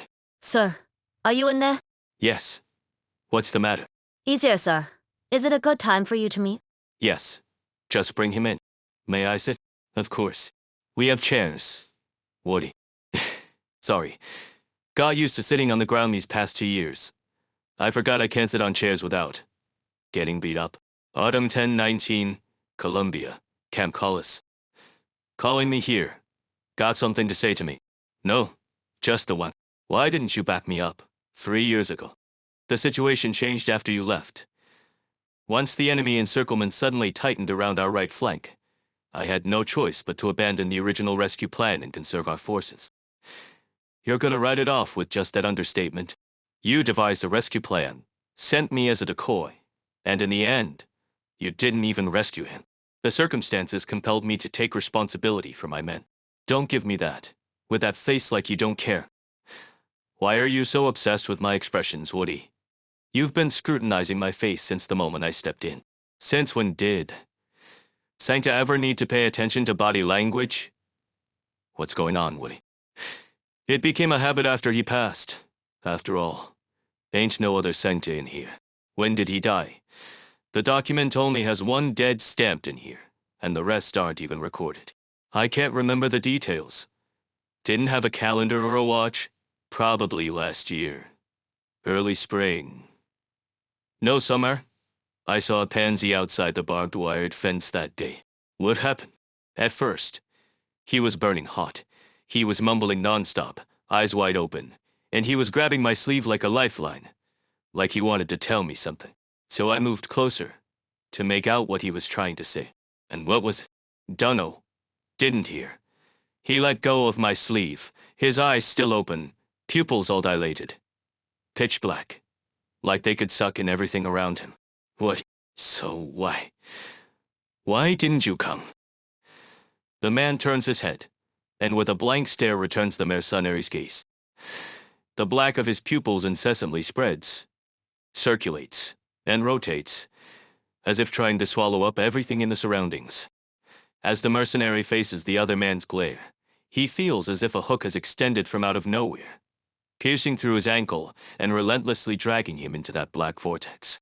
So what do I call you now? Heard you go by a different name. I was expecting you sooner, Woody. After what happened last night, I had so many things on my plate and so many friends to help out. If you need any help, you can always let me know. Be it cash or manpower. But no thanks. Help is only help when it's on time. But coming from you, it's always overdue. Right. It's always best to get things done in a timely manner. So what are you doing here? Can't an old friend start with a, how do you do? It's not as simple as old friends between us. What made you think we'd be acting like friends when we saw each other again? Then what would you rather be treated as? Anything else, really? No need for sarcasm, Woody. I don't even see the point anymore. We're old now, our hair's gone full white. I've seen my friends getting one health problem after another, and been attending funeral after funeral. Just meeting one that's still alive is hard enough. You live so far away. And I doubt I'll ever see your obituary in the papers. So I came see you personally. You shouldn't have bothered. Ain't no place for you at my funeral anyhow. That's a real shame, Woody. Didn't we make that pact to speak at each other's funerals? All those years ago. I'm sure plenty of others would be happy for you to speak at this, but mine. Just forget about it. I hope you're not thinking I'm a fan of funerals. I only attend them because it's my old buddies in the coffins. And where do you sit? Among the friends and family? Rarely. Unless their relatives ask me to. I usually stand back and watch the whole thing from a distance. What? Afraid you can't bear their pain? Pain is a relatively private experience for the other races. My best guess is that we can only deal with it on our own. Enough playing like we're friends, all right? I'll put it bluntly, for Yui buried him on the hillside behind the POW camp. Have you ever visited him? Unfortunately, no. I haven't found the time. You haven't changed a bit. So why would Woody go looking for him? It's my fault. I asked him to. What? I thought, on account of their past friendship, maybe my boss could be more lenient on everyone here. How could you be so naive? Jessica. Woody, Now that it's come to this, I don't need to hide it from you. I'm planning to leave this plate and head to the frontier. You too? Yeah, my regulars are all getting sent off one after the other, and only us old folks are left. What's the point in keeping the diner open? Besides, just look at the holes in my walls. After last night's fighting, I don't have it in me to patch 'em up anymore. I've invested so many years into this place. And enough is enough. I'm so sorry, because I didn't do anything. Nothing at all. I'm sorry. I really am. Don't blame yourself. You're the last person who should be doing that. You're an outsider, and the plate was on its last legs. Just get back to your friends. You have your own life to live. No need to work yourself to the bone on our account. And the check you gave me back then, take it back. But that's the only thing I can do for you. Take it. When do you plan to leave, Helena? Not too soon, I reckon. Still have to say my proper goodbyes after all. Jessica shuts the restaurant door behind her and stands in a daze on the doorstep, the check balled up in her fist. She suddenly lets loose a kick on a pile of snow by the road, sprinkling flakes of white down onto her head and wetting her hair. Some land on her forehead, cooling her burning heat. She retrieves a tape recorder from her bag and begins rewinding it, playing back the recording she has heard so many times. But you're just a naive little heiress. What can you even do? This thought fills her mind as she walks slowly back towards the giant black mansion. Anyone hear that? Save us. Those Sarkas suddenly climbed up the plate. Many people are dead, and the rest of us are hiding in the basement of City Hall. Best. We tried to contact Londinium's garrisons, but no one's replied. No one at all. I don't care who it is, but if you can hear this message, please, help us. You're our only hope. Best. Why did I even want to be a mercenary? I can't save other people's lives, or even their livelihoods. Where have you been all day, Jessica? We couldn't get in touch. I went. It's nothing. I just went for a walk. What happened? Captain, I really have no idea why we're doing this mission. You see something? I saw our colleagues evicting debt-saddled residents from their homes and putting them on convoys bound for the frontier. Huh? Hey, Teacher's Pet, now's not the time to be staring at your communicator. Did you even hear what she said? I did. And I have news even more absurd than that. Orders from above will be in charge of security at the bank. We have to stand watch 24 and it's up to us to figure out our shift rotation. What? Working security for the bank? Correct. This is so goddamn ridiculous. Jessica, you... Did we really need to be here so early? There's nobody outside the bank right now. I have some mint candy, if that'll perk you up. Appreciate it, but I don't think that's going to do the trick. Kemmer, Teacher's Pet, give me a good pinch. Now let's get to work. Rise and shine, my friends. Hey, I'm talking to you. Oh, sorry about that, Franca. All right, listen up. The bank has a total of 4 exits. Beanie, take your 4 people with you and guard the rear door. Right. Copperpelt, you and Coins will head to the garage door. Right. Everyone else, come with the 3 of us and stay at the front door. Excuse me, ma'am. I'd like to ask you something. Will you people be out here all day? Yes, we will. But we're simply handling some business and don't intend to interfere your daily affairs. Who are you? I should at least fill out their customer service review. Phew. Were you the one who asked Jessica to bring it? Found it in an antique shop in Victoria. A few years back. No wonder you searched all over the camp but couldn't find it back then. By the looks of it, seems like one of the officers secretly brought the gun into Victoria. And now that the gun's missing, that bullet is the last artifact he left behind. I warned the fella not to engrave all that flowery nonsense on it. In any case, why didn't you hold on to the bullet yourself? Because you're the one who should have it, not me. What? Your ghost's finally catching up to you? We were friends once, at least.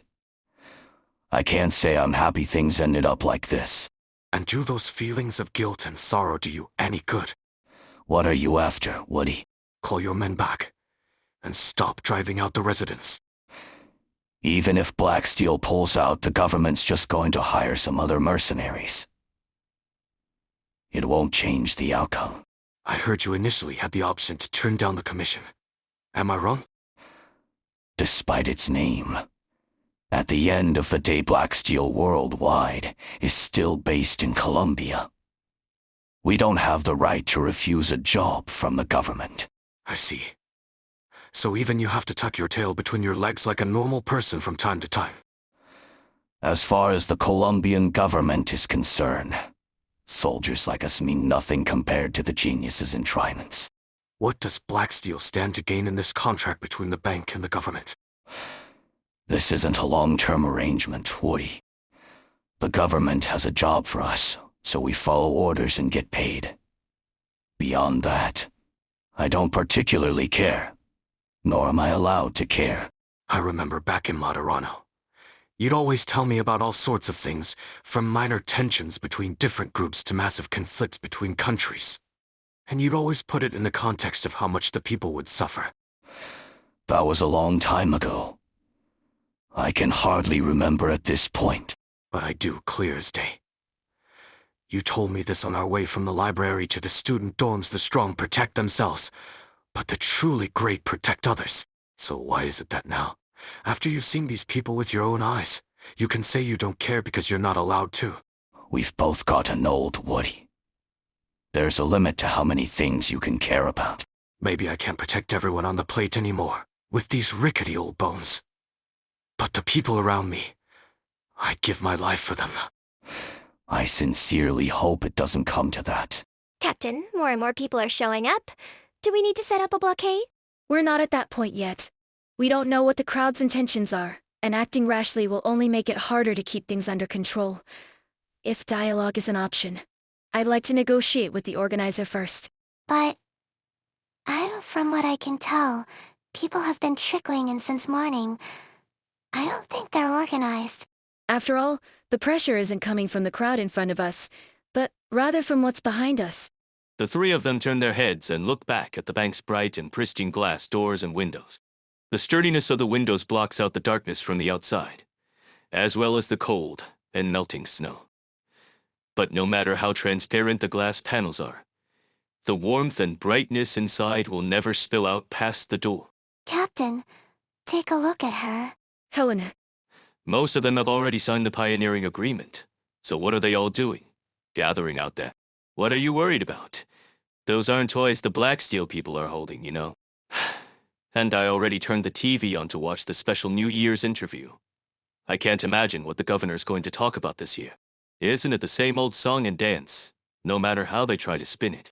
Hello, everyone. First, I'd like to wish everyone a Happy New Year on behalf of everyone on the broadcasting team. During this program, we will be interviewing the governor and asking him a variety of questions on the issues our citizens are most concerned about.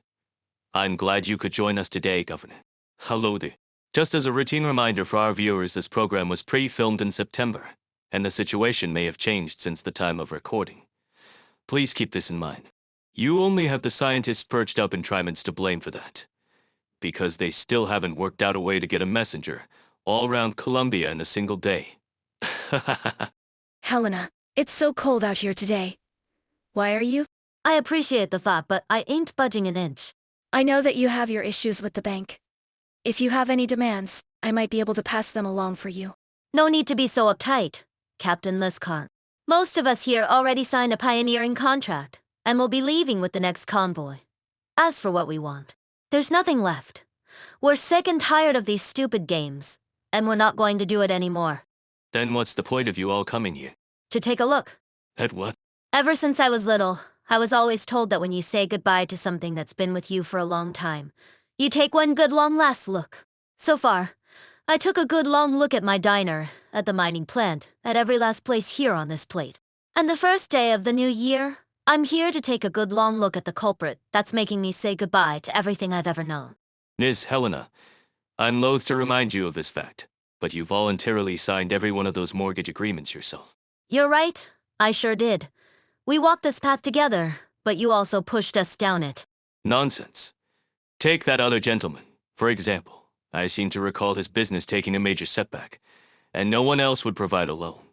We were gracious enough to lend him 40,000 certs. Right. At first, it was just 40,000. Not too massive, but not pocket change either. All I wanted was to pay it off as soon as I could. But then you people said I had to properly plan out my investments and liabilities. You said I shouldn't pay everything off in one lump sum along with the interest. You gave me preferential installment traits and told me to use the leftover money to buy your other financial products. Right. What you lent me was 40,000, but what you took from me was my store, my house, my car, and even my whole family. We all believed your propaganda and lies at first. You said you'd make our lives prosperous and help us achieve a better future. But where do us customers sit at the table of your so-called better future? Right. We were fools blinded by our greed and short-sightedness. We all wanted that little extra something out of life, so we snapped at the bait. Why did we do that? Why was every last person on this plate so desperate, so eager to bite into that life-threatening hook, like a school of hungry fins? Miss Liscarm, please have these people vacated within 10 minutes. Make it quick. Jessica, find a way to call up Mr. Cliff. Hurry. Keep trying. No, sorry, Captain. I need to tell him what's happening here face to face. Then hurry. Now then. Helena, Jessica's gone to report the situation to upper management. In just a little while. You ever given any thought to your own future? I've always wanted to start a security company of my own. Would you take out a loan for it? Hypothetically, if I had to. Because that's my dream. Then you better darn well be careful. That stack of cash only represents the future. It ain't gonna take you there. That's the painful lesson the guys you're protecting taught us firsthand. They're liars and thieves. They tamper with the street signs, then turn around and laugh at us for hurtling down dangerous roads in the dark of the night. I understand. I really do.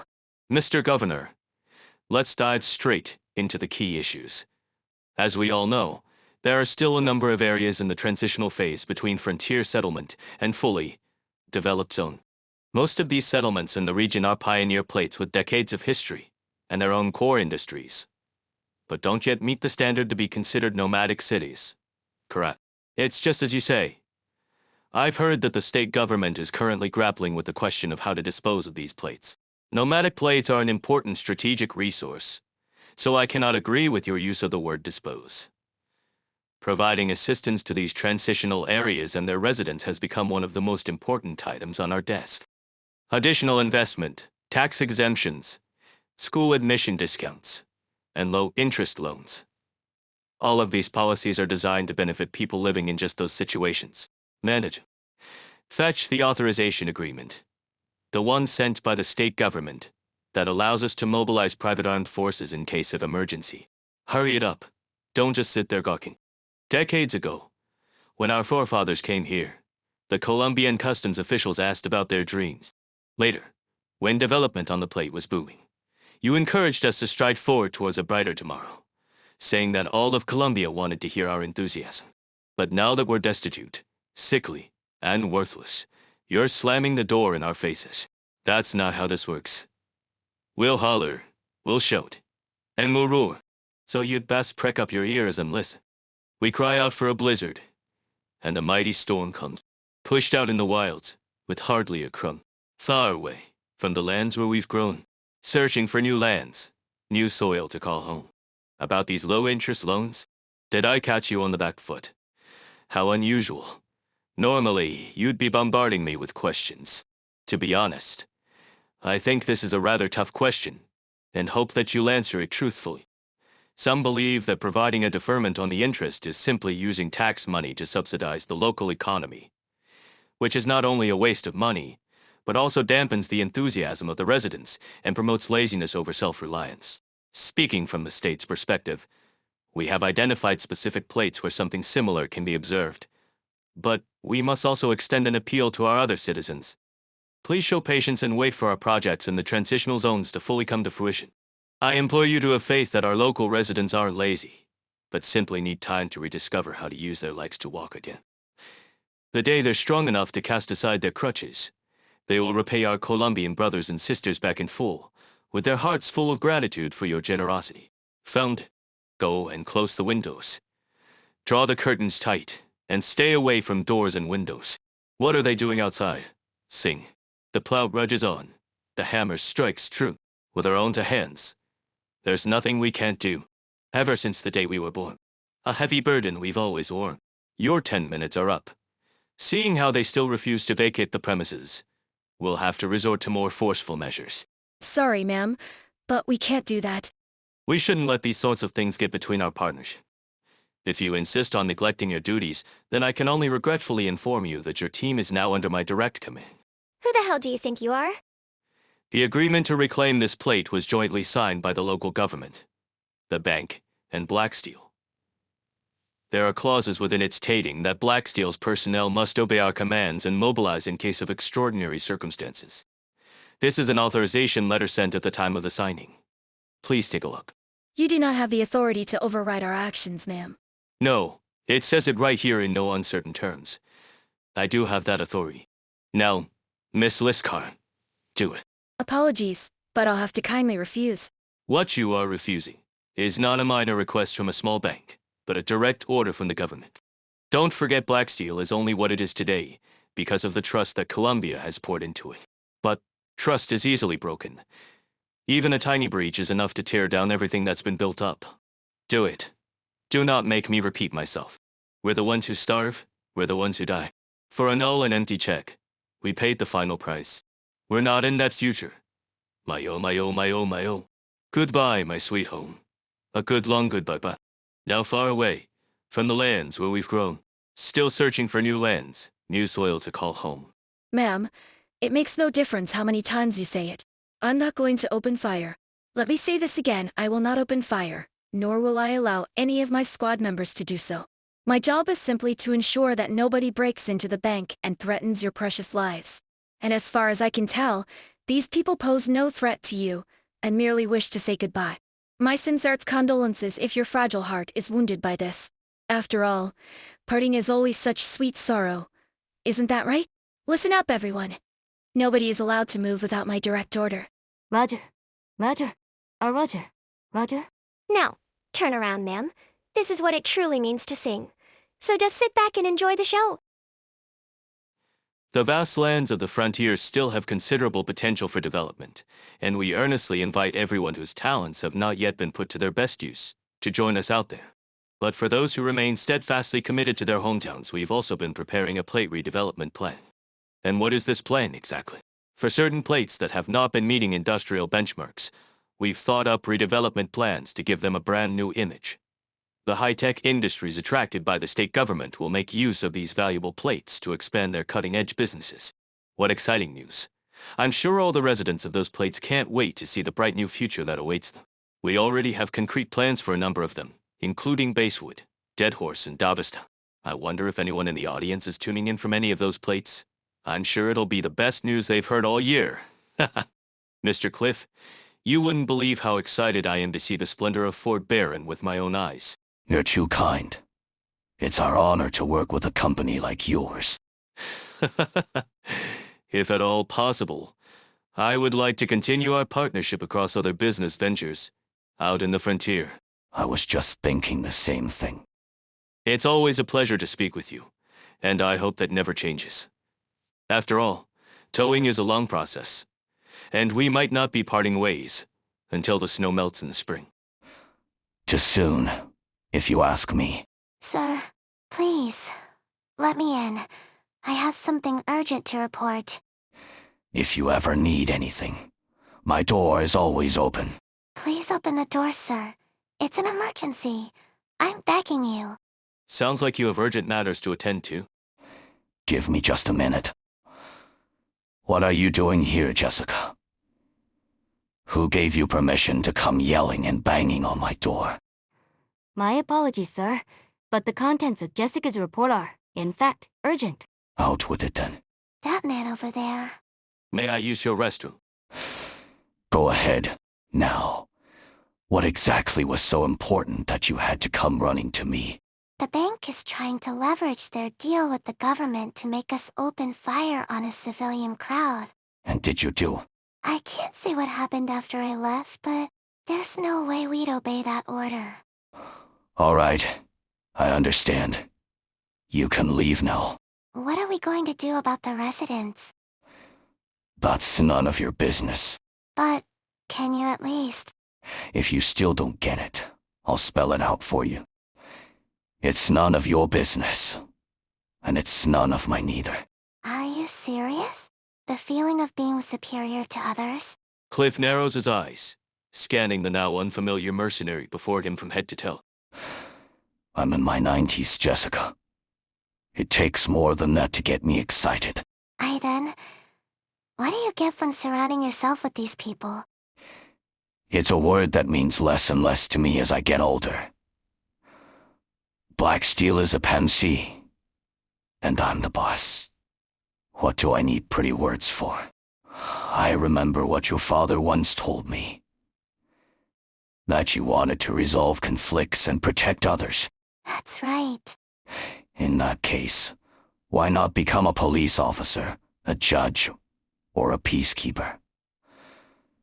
And if all else fails, you could at least become a soldier to protect your family and country. Right? But you chose mercenary. A job that uses force for money. A job that's inseparable from death and violence. A job that's devoid of glory or honor. And I know you're not short on cash either. So I ask you again, Jessica, are you even doing here? If you haven't figured it out yet, then I can always give you my answer. Because I have one. Ambition. For the sake of my own ambitions, to prove that I'm no less than my brothers and sisters, to prove that I am not a mediocre stain on my family. That's why I'm here. Not bad. I like seeing that clarity and self-awareness. You need to be more mature, more rational, less emotional. Secretary, escort her out. From now on, never let her in again, no matter what. Decades ago, you sat back and watched your friends get taken captive. Decades later, you're doing the same thing as people are being driven from their homes. If that's what you call a mature, rational, and level-headed choice, then I'd rather stay naive my entire life. I'd rather remain a mediocre fool. Please, Lee, Miss Brinley. Don't touch me. I can leave on my own. I see you've taken care of your business. That's right. However, I did hear some bad news. Some very, very unfortunate news. Your subordinates gave my people an order to open fire at the entrance of the bank. Without asking. Without permission. And why is that a problem? We have authorization from the government, and you provided us that team. When an urgent situation arises that requires force, I don't see why it's necessary to report our every move to you, line by line.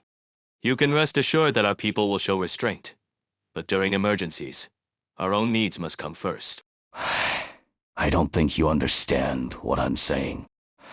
This is very bad news, but not for me. For you. As surely you, Jess. Have you finished sorting that batch of documents? I'm going through them right now. I'll have them ready shortly. I just saw a repossession document. Leon Theremin just recently sold his shares. But this blank contract prepared for him showed up in a pile of documents dating back more than a decade. And it's not just this one document.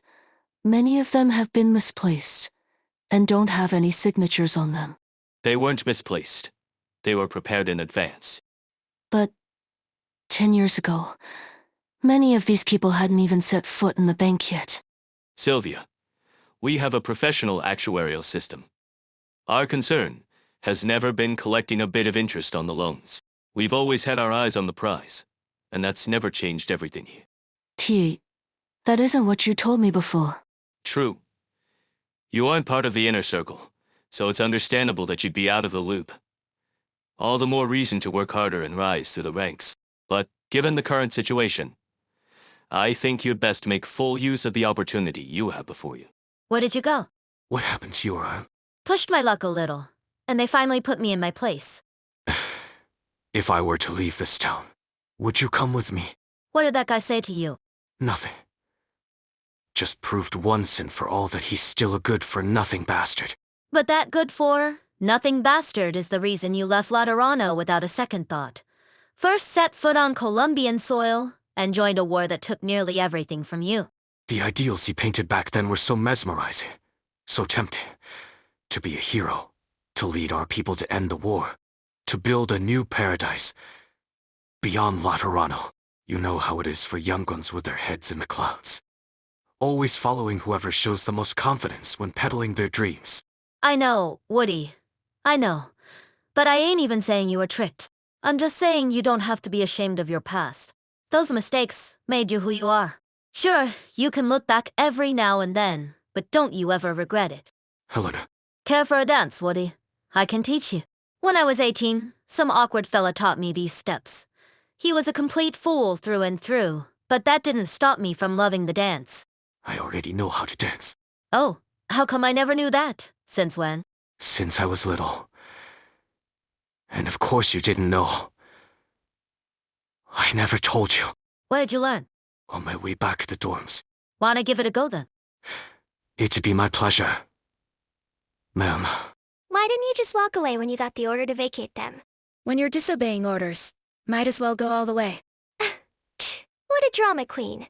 Even the squads that showed up later could tell you were staying behind to make sure it didn't get out of hand. So, how's your forehead doing? Didn't expect our own people to wear kitty gloves with the crowd, but show no mercy to their co-workers. I'm fine. Just a scratch. And at the end of the day, we were the first to disobey orders. I didn't know what to do at that point either, so I just went back to the basics. Made sure that nobody got hurt. Well, you did a damn good job, Teacher Stat. By the way, there's something I've been meaning to tell you all day, but never got the chance. Happy New Year. Let me check. Sorry, but it's already past midnight. So what? I suppose it's not important. Maybe it just sucks that I wasn't the one to say it first. Happy New Year. The heavy iron door shuts tightly, and the mechanism springs into place with the sound of a dull collision, sealing off the smell of ink coming from within. An intoxicating smell. With just one whiff, people will start having wondrous delusions. All their desires can be at their fingertips, and all their regrets can be made right. What do you really want? And what do you regret? Sylvia. Top of your class again. Golly, how did someone like me give birth to a kid as smart as you? I couldn't be more proud of you, Sylvie. Are you serious, Sylvie? That's the best financial institution in all of Colombia. Goodness gracious, I can't believe my daughter actually made it. I'm so proud of you. I really can't say it enough. I'm so proud of you, my daughter. Sylvie, you can always find another job. I'll be fine. No matter what you do, your mom will always be proud of you. Even when I'm no longer here. You're my pride and joy, forever and always. I hope you'll always be proud of me. It is a magical smell that can even twist the threads of time. Within it, a tiny infant picks up a kite that will not take flight for decades, and a sickly old man sees the honeyed candy he longed for when he was 3. Nobody can resist its temptation. New Year's came and went. but the freezing wind and snow continued to nip at Davistown, leaving not a shred of warmth. Amidst the crowd outside the plate waiting for their ride, Miles Drozili thinks to himself how long has it been since he's waited for a bus like this in the cold. So what kind of place are you headed to in the frontier, old man? Somewhere warmer than here, at least. Don't worry about me. They showed me mercy by allowing me to be buried along with my old neighbors. I'm sorry. I'm so sorry. What's done is done, kid. Best to just move on and stay out of trouble. Right, I just remembered. The last time I was waiting for a ride like this, it was to head to a nomadic city to attend my little sister's funeral. It was a cold day, just like this one. Helena, Woodrow, and Leon. They all stayed with me while I waited for the convoy to show up. I was holding a bouquet stuck inside a vase from Helena's diner, and wearing an old suit Leon lent me. Freezed my ass off for hours. Weirdly, I can even clearly remember how long Woodrow's beard was that day. But everything after I got on the bus is just a blur, like looking through a layer of frosted glass. I think I went to a huge city, but it also seemed smaller than Davistown. I think I cried a lot, but it also feels like I didn't cry at all. After that, it's just me hopping on a bus back to town, and my friends helping me get off. I actually do remember what happened after that. I went to Helena's place and started drinking, and drinking. Got pretty sloshed, but I somehow still remember everything I said that night. The convoy to the frontier has arrived. Hop on the bus. People of Davistown. Even my precious baby sister's gone. All I got left is Davistown, and I'm gonna follow her to the grave, damn it. You hear me, Owen? I'm gonna dig my grave here. And when the time comes, don't you act like I've forgotten, Miles. You told me, when the time comes, stuff my body into the plant's furnace and see if my ashes can make the people here sneeze. The engineer throws his head back and takes another huge swig. As soon as you finished talking, the town was perfectly fine, but I was the one who got the mother of all sneezes. Back then, nobody laughed. Nobody could laugh at all. But now, it seems so damn funny. What do you think? Don't just sit there all quiet. Drink, Miles. Drink. Sorry we're late. Widow Helena? Where's Leon? Right before we left, he said he needed some time to figure things out. Said he'd be back later, then popped open another bottle. But we're out of time. No big deal. If anything, maybe it's better this way. Jam weather. Why does it have to be so cold? Well, once you're on that bus, you can kiss this weather goodbye. Widow. Ain't nothing wrong with what he said. I'm sorry. Stop apologizing, Jessica. This whole damn time, it was the bank's fault, Blacksteel's fault, and sometimes even our own fault. But you never did nothing wrong. So stop blaming yourself. We weren't expecting much from you in the first place. Miles realizes his mistake the moment the words leave his lips. But before he has a chance to explain himself, the convoy leader has already grabbed his arm. If you had something to say, you should have said it earlier. Now get on. You're the last one.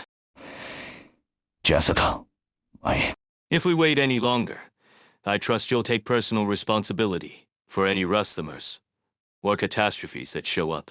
Now get a move on. Don't take it the wrong way, Jessica. That's not how he meant it.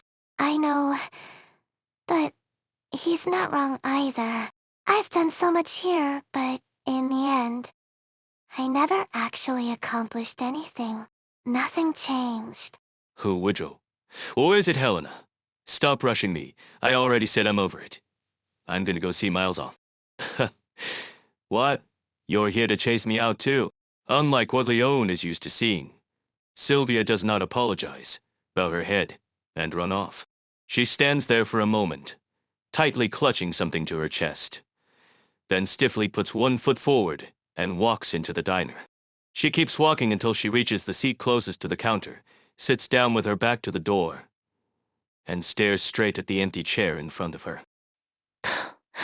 Mr. Theremin, are Woodrow and Helena going to come back? Woodrow and Helena. How's that any of your business? They went to see Miles off. The cold wind blowing in from the crack in the door Sylvia left behind whispers as it circles past the mouth of the empty beer bottle. It sends a shiver down Leon's spine. They went to see Miles off and will be back in a bit. But nobody wants to see you, got it? If you do, then scram. Just leave me alone. Sylvia's fingers are tightly clasped together on top of the table. She gulps down a mouthful of water and forces herself to turn and look at Leon's face. It is then that he finally sees what she had been clutching. A ring silver in color, with a few diamonds inlaid across it. Mr. Theremin, I can't. Who gave you that ring hanging around your neck? The ring. Couldn't have been me or Benny. So that leaves. Hint. Their eyes meet. Sylvia nods slightly and clutches the ring once again, her eyes burning with an almost crazed determination. The look in her eyes reminds Leon of someone. Carl's eyes. The night before he departed, he disappeared for a few hours. And when he returned, his eyes looked exactly like those of the person now in front of him. Our team also has to pull out of Davistown the moment we receive the order. Whatever else happens here, we have to return to the ship. I know that. We're leaving. Miles has already left. Woodrow and Helena said they're leaving too. Leon probably won't stay either. Everyone will be gone. But what have I done for them? Well, if you ask me, you cleaned up the bandits terrorizing the place, helped Leon save his house, and told Cliff that the bank had overstepped its authority, even if you don't want to acknowledge it. But in the end, it was all in vain. I let everyone down. Or maybe even worse, it's just as Miles said. Nobody expected anything from me in the first place. It's all because I went and stuck my nose where it didn't belong. Jessica! No, even so, Laura, I need to go out for a walk. Now's not the time for that. We're about to return to the land ship. I'll help you pack your stuff, so just take a nice nap. I'll wake you up when it's time to go, okay? I have to do this. Where are you going? I don't know. You sure about this? Don't take too long, okay? I'll try my best. Stop drinking already. Leon. Wait, you're sober? As sober as I ever am. What's she doing here? What's she doing here? She insisted on waiting for you two to get back, so she could have a chat with all of us. Sylvia stands up from her seat, still gripping the ring tightly. Blue veins are visible across her white knuckles. Helena, Woodrow, Mr. Theremin, I know of some money in the bank. Of course there's money in the bank. What's the point of telling us that? I mean, Black Steel delivered a large sum of cash to serve as reserve funds. And it's all sitting in a vault right now. Why? The bank wants to prepare for Davistown's new residents. They're going to clear out the entire plate to welcome the precision technicians, red personnel, and managers that form the cornerstones of the new industries. To meet the demand for their deposits and loans, there's a lot more cash in the bank than usual. Maybe enough to let a large group of people start a new life in the frontier. So, that's the situation. That's it. What are you getting at, Sylvia? Someone actually sober wouldn't be asking that, Leon. But here's my question. If you're saying what I think you are, I need to know. Sylvia, do you expect us to return the money to its rightful owners? Or do you want us to take it by force? Sylvia nods slightly in an almost unrecognizable manner, then continues fidgeting with the ring on her chest while waiting for the final judgment. The diner is deathly quiet. At least we're all on the same page. You in or not? Say something. No. I know this money should have been ours, but I don't want to be criminal scum, like those bandits. You really think the bandits were the biggest crooks in Davistown? So you're with her, Woodrow? Woodrow? No? I admire her courage. But this is too much of a long shot. For example, Sylvia, you got a map of the bank. Give it here. I don't have anything on paper, but I do know that it's 100 paces from the bank's front entrance to the master control switch. Based on my stride, that'd make it about 200 feet. Before that, there are 3 turns, at steps 44, 74, and 93. The landmarks are a potted plant, a floor lamp, and a counter. From the master control switch to the entrance of the vault, you have to pass through the reception room, go through a hidden doorway, and then down a 36-step stairwell. Afterward, there will be a straight path, which will take all. You actually memorized all that? Doubtful. Sylvia. How far is it from your seat to the entrance of the diner?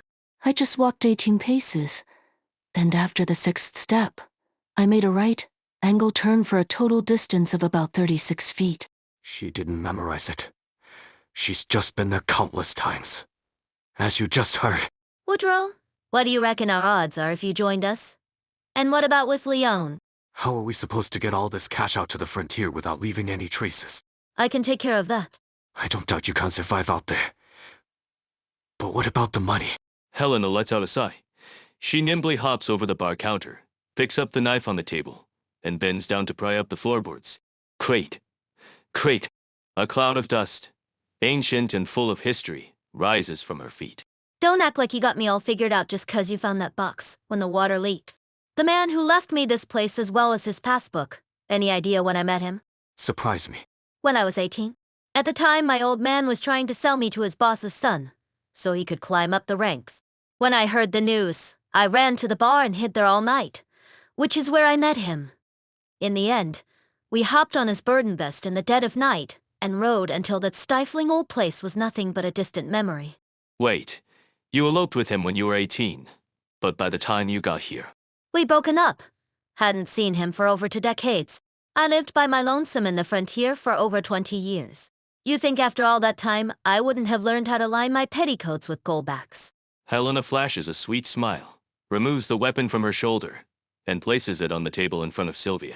If you boys ain't in, I'll do it myself. You and Sylvia are going to rob a bank? Just the 2 of you? That's how I'm approaching this anyhow. Now, I need to know where you to stand. Leon takes out a wrench from his tool bolt and places it next to Helena's weapon. Your move, Woody. Who's there? Jessica. What are you right now of all times? I don't know, You don't know? but I need to do something. I need to make a difference. If what Miles said is still bothering you, you'd best just forget about it. You still got the time, the energy, to do so many great things. No need to tie yourself down to Davistown and a bunch of old fogies past their prime. No, Woodrow, too many times now. I've had the drive, but kept falling short for any number of reasons. I didn't have the ability, or the time. The situation changed on me. Orders or requests. Even now, I'm not sure what it is I can do. I'm stuck watching helplessly as you're all driven away one by one to an uncertain future in the frontier. If I don't make a difference this time, I feel like I might get used to it, to never making a difference. And if that happens, I can see myself Belly Venko protect my own mental health. I've always been incompetent. That I could never protect anyone. I can see myself thinking there was never any special meaning to picking up a gun. That I just made a wrong turn somewhere in life and was stuck with it. I don't want that to happen. So much so that I die to make sure it doesn't. Sylvia? If you truly see this as your last chance, well, this is also our last chance to take back what's rightfully ours from the bank. Will you help us, Jessica? As soon as Sylvia stands up, Jessica sees the look on her face. Her complexion is frighteningly pale, but her cheeks are unusually sanguine in a way that only serves to make the former more shocking. Enough? Woodrow? Why are you pointing your gun at me? Forget everything you just heard, and scram. Why? What's the meaning of this? We have to get to the bank Sylvia, and take back what belongs to Davistown. Take back? go back to your friends. Woodrow. You came here for a shoulder to cry on, and we offered you a hot drink and a pat on the shoulder. No more. No less. You're still young. Every day of your life is a new beginning. I'm serious. As if her tears had frozen over and evaporated, Jessica's vision suddenly becomes clear. She sees the unusual blush across Sylvia's cheeks. She sees the wrench and the unfamiliar weapon sitting on the table. She sees the dark hole in the muzzle of Woodrow's gun. For the first time in her life, she makes up her mind in a split second. She walks towards Woodrow's pistol, approaches Sylvia, and draws her own gun from her waist before placing it in on the table front of her. I'm in. All squads are fully prepared and ready to return to the landship at a moment's notice. Where's Jessica? Still can't reach her. Her communicator is broken again. Jessica, you're finally back. Sorry. Don't worry about it. Laura's already packed your bags. It's not that. I'm here to say goodbye. Goodbye? Are you applying for temporary leave? I guess. And your reason for doing so? Personal reasons. There's some personal stuff I have to do, no matter what. And how long will you be gone? I don't know. Maybe a week, maybe a year. Did you hit your head? Do you really expect us to grant temporary leave for up to a year? If that isn't an option, then can I hand in my resignation? You couldn't. Ah, right. You said from the start that you're here to say goodbye. And goodbyes don't need an application. I don't know what brought this on all of a sudden, but I need to remind you if you leave the team, everything you've worked so hard for in Blacksteel will likely go up in smoke. Whatever it is you need to do, are you willing to trade all of your efforts until now for it? These are the last explosives left in the mine. Let's go grab them. Okay. I'll do the inspection. You go ahead and rest for now. Leon, What is it? are you sure about this? About blowing up the furnace? I know I shouldn't be saying this, but you were so reluctant when we talked about blowing up the energy tower. If we don't blow it up, how else are we gonna seal the secret passage and hide Helena's whereabouts? As for what I personally think, it ain't important. Don't matter no more. Ain't a single thing left in Davistown that can be fixed up. But if we get that money, there's still hope for us, someday down the road. Out on the frontier, right? There will be. For sure. Hope. Who knew one last glimmer of hope would be so damn expensive? But for this last bit of hope, for this ticket not to reach the end of the line today, I have to accept that, even if it costs me my life. I have no idea what you're trying to accomplish, Jessica, but can you guarantee you won't regret it? When using the welding gun, pay attention to the angle between it and the weld. Holding it too high causes spattering and makes it easy to get hurt. For a woman who runs a diner, you sure know way too many things. Huh? I spent more than 2 decades traveling across grand old Columbia. I had a lot of choices. When you got dumped, did you ever think about going home? Dumped? Oh, I get it. Leon must have gotten the wrong idea. Back then, I was dead set on traveling across Columbia with him, but he thought I was too wild. Still, we supported each other across the Barrens, and I ain't saying it was a bad life. But one night, he suddenly proposed to me. Said he couldn't stand all that wandering no more, and he wanted to settle down on some plate. Going through the same motions in the same place over and over again? I couldn't imagine a worse punishment. So I turned him down, left him all my money and possessions, and told him I'd make a terrible wife. Then I mounted my burden beast and rode off into the sunset. But you still ended up in Davistown. In his letter, he said he'd finally fulfilled his old dream, and wanted me to drop by to visit. So I came here, thinking the whole trip about how to turn him down in a way that'd let him keep his middle-aged dignity. You know the rest. I was too late. He'd already passed away. And then you inherited his diner and stayed. I didn't inherit it, I recaptured it. It had been ransacked by a gang of thugs. Must have fought off at least 15 of them. Huh? That's how life is. Romantic stories ain't always have romantic reasons. More often than not, the journey is just the punchline. All these years, have you ever had any regrets? Regrets?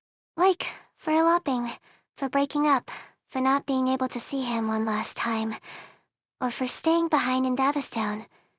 Stuff like that. Nope. I feel bad about a lot of things, but I wouldn't say I regret them. I've enjoyed the results of my choices, and accepted the costs, all with complete peace of mind. I don't know.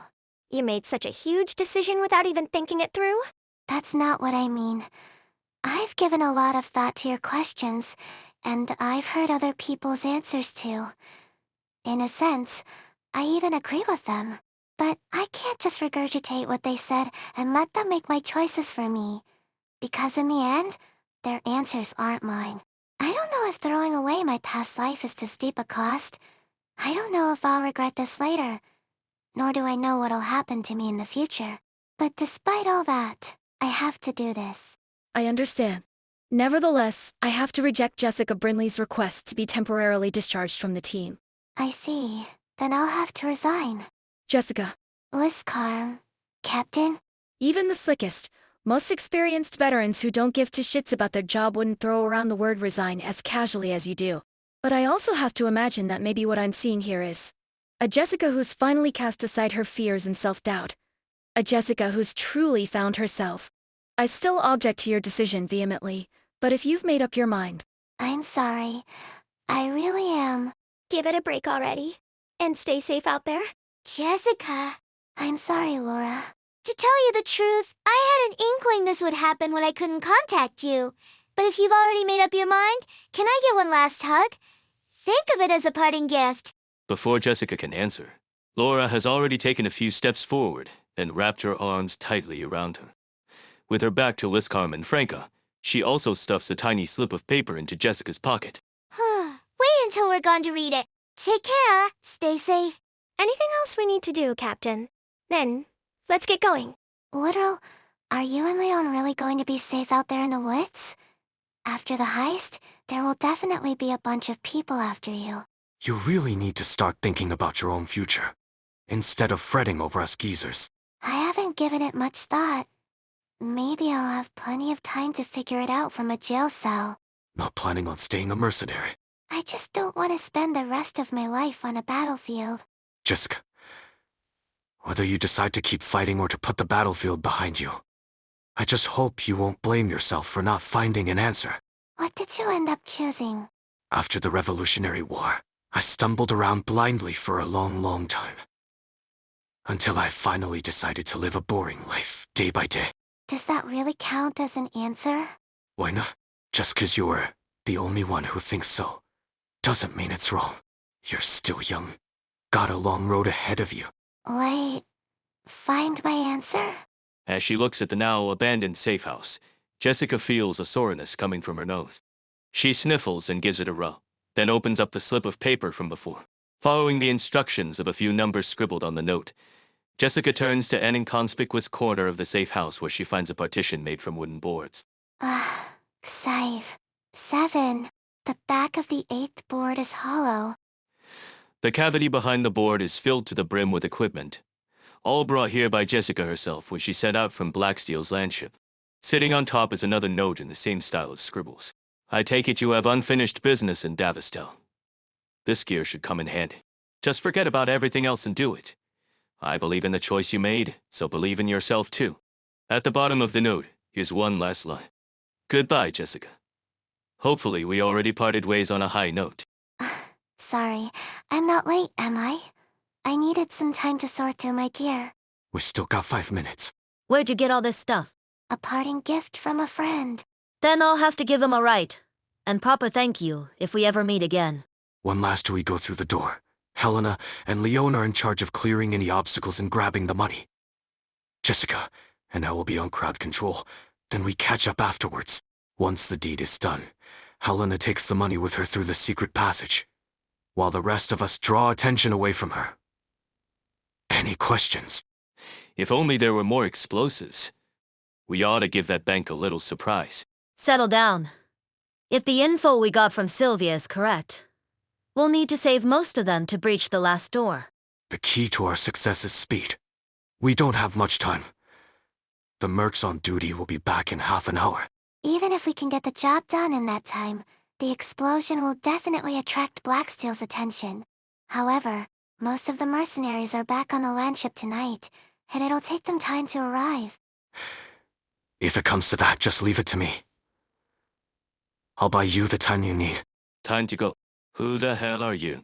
Hands off the alarm. This is a robbery. As long as y'all cooperate, nobody's getting hurt or dying tonight. No way. How is this happening? Shh. See? You're in the same boat as the other young lady over there. This is your one warning. We won't be so kind next time. Now then, folks. Just don't panic and follow our instructions. Those are the conditions for your survival. Seeing how there are no objections, why don't y'all mosey on over to the main lobby and squat down with your hands on your heads? We all know each other here. No funny business. Now move it. You'll need to pass through a total of 4 doors to get to the vault. The first is the door to the reception area, which needs a key, but any employee can get it. The second is a passcode lock in the reception room. The code changes every day. But there are certain rules. From what I've gathered, today's code should be... Perfect. The reception room key works. Next up is the secret door, behind the tapestry to the right of the entrance. Over here. Looks like Sylvia was right on the money. 7, 9, 4, 6, 1. It worked. Well, I'll be damned. That girl's got one good head on her shoulders. What's next? Inside the vault, there are 2 more doors. One's a security fence. The other is a vault door weighing dozens of tons. The security fence can be broken through by force, but because it's connected to the security system, the only safe way through is via passcode. The code is split into 3 parts, one for President, one for the manager, and another randomly generated by a cipher. The cipher is located in a safe inside the reception room, and you'll have to force that one open. How'd it go? Didn't damage anything inside the safe, did you? Mint condition. Can't believe your skills have been trusted after not using them in years. What's the matter? That was an invitation for you to start bragging. I mean, ain't nobody else in this town with your skills. Don't mind me. Just worried how would Rose do. And that's number 22. Now you're all tied up. Next up is... I never imagined these would be the circumstances we'd meet again in, Miss Brinley. I'd recommend worrying about your responsibilities first. Also, I've heard this bank keeps a series of secret numbers, 2 of which are held by you and this gentleman here. I hope you're both willing to cooperate. If you're not feeling cooperative, well, guess I'll have to shoot you. Pick up the pace. Good evening, you two. Hey, Helena. What's the meaning of this? You got nothing to fear, sir. I just wanted to ask you a few simple questions. Will you tell us the passcode, or do we tie you to this door and blast you both to pieces? Your choice. You damn dog thugs. Fine. Don't even think about it. You bastards don't deserve a single penny. You all deserve to rot out in the frontier. Fine. You complacent idiots put all your eggs into the mine, yet still have the gall to whine to the bank after getting wiped out. 3. Nobody gives a damn about your rotten minerals. It's the era of high-tech and automation now. Your only value to Columbia is to be thrown out to the frontier. The sooner the better. You filthy, uneducated hicks. You idiots don't even have a damn clue what numbers mean. Serves you right for getting tricked. 6 Viffer Safer. Never seen anyone spit out a string of numbers that fast. Okay, now that your boss has squealed, it's your turn, man. Give me the passcode or die. Hurry up and tell them already. Do you really want to die here? Mr. Tharaman, what would you even do with the money? Do you seriously think you can get rid of us and start over out on the frontier? We're everywhere. We will follow your footsteps and find you no matter where you go. The money you steal will smell as sweet as honey. And soon enough, our local associates will swarm all over you to eat it up. And with the promise of a few extra benefits, they leave and personally deliver your heads to us on a silver platter. What's the goddamn passcode? 6, 8, 6, 5, 4. Go on, take it. You won't accomplish a thing, my friends. Nothing will change. This tragedy is doomed to happen again, and again. Shut up. Shut up. It is human nature to be greedy, and Mr. Thurman here is a prime example.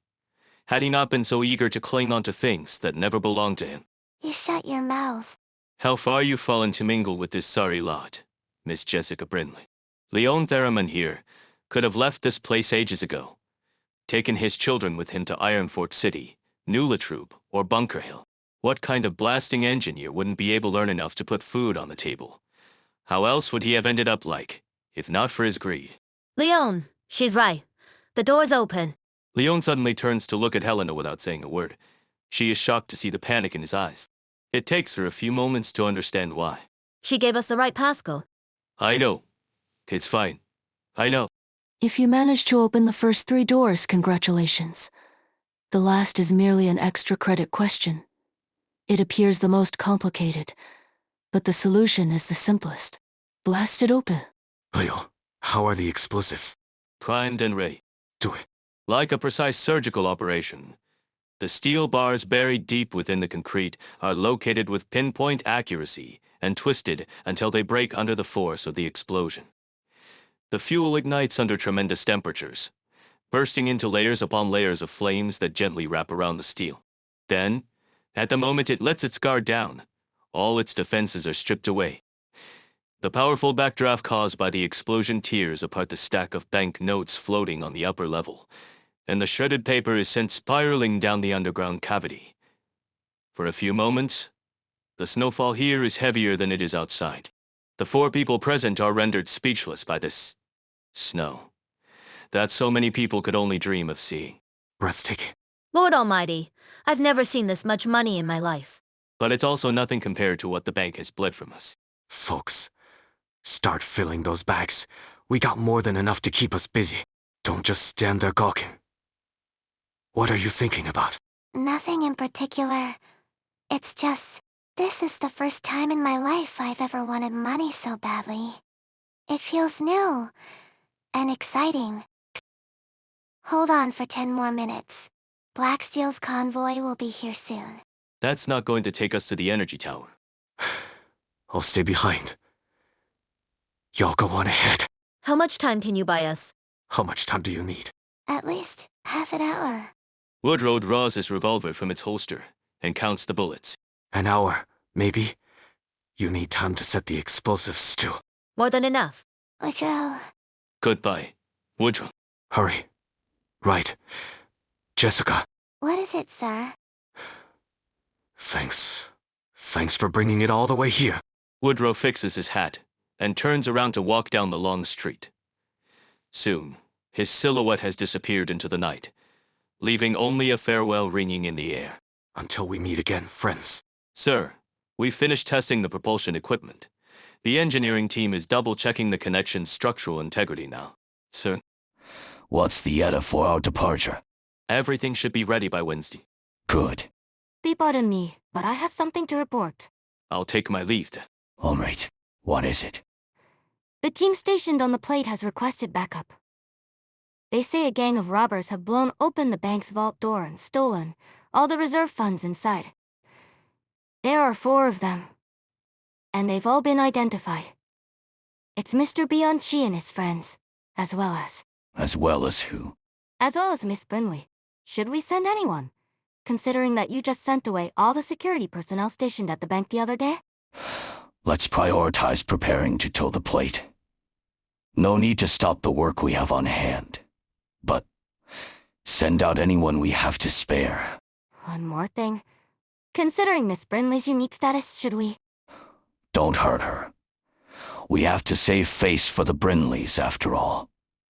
As for Woody, I don't see us subduing him uninjured. Just make sure he stays alive. As for the rest, let the troops do as they see fit. Aye, understood. Right. Which one's carrying the cash? Still unclear. No matter who it is, send Tila and have her keep a close eye. Each of you heard the news? Jessica, we have to do something. The order from above is that, aside from Jessica and Woodrow, the teams can deal with everyone else as they see fit. That's all it says. Franca, tell everyone to prepare to deploy. We got the order to hunt them down too. And you're going to follow it? We can help them, or we could take them in. But either way, it's a race against time. We need to find them before anyone else does. Helena, Leon, this is as far as I can take you. I'm hearing sounds of transports that aren't from Main Street. Blacksteel probably sent additional men after us, just as I anticipated. Are we going through with the plan? Yeah, I'll stay outside to lure them away. Godspeed. Leave this last leg of the journey to us. Oh, okay. Jessica, now you can only trust yourself. Looks like Blacksteel will be dragging the plate off to the city in the next couple days. They have only a few guys guarding the door, but they have everyone else working on the connection. Perfect.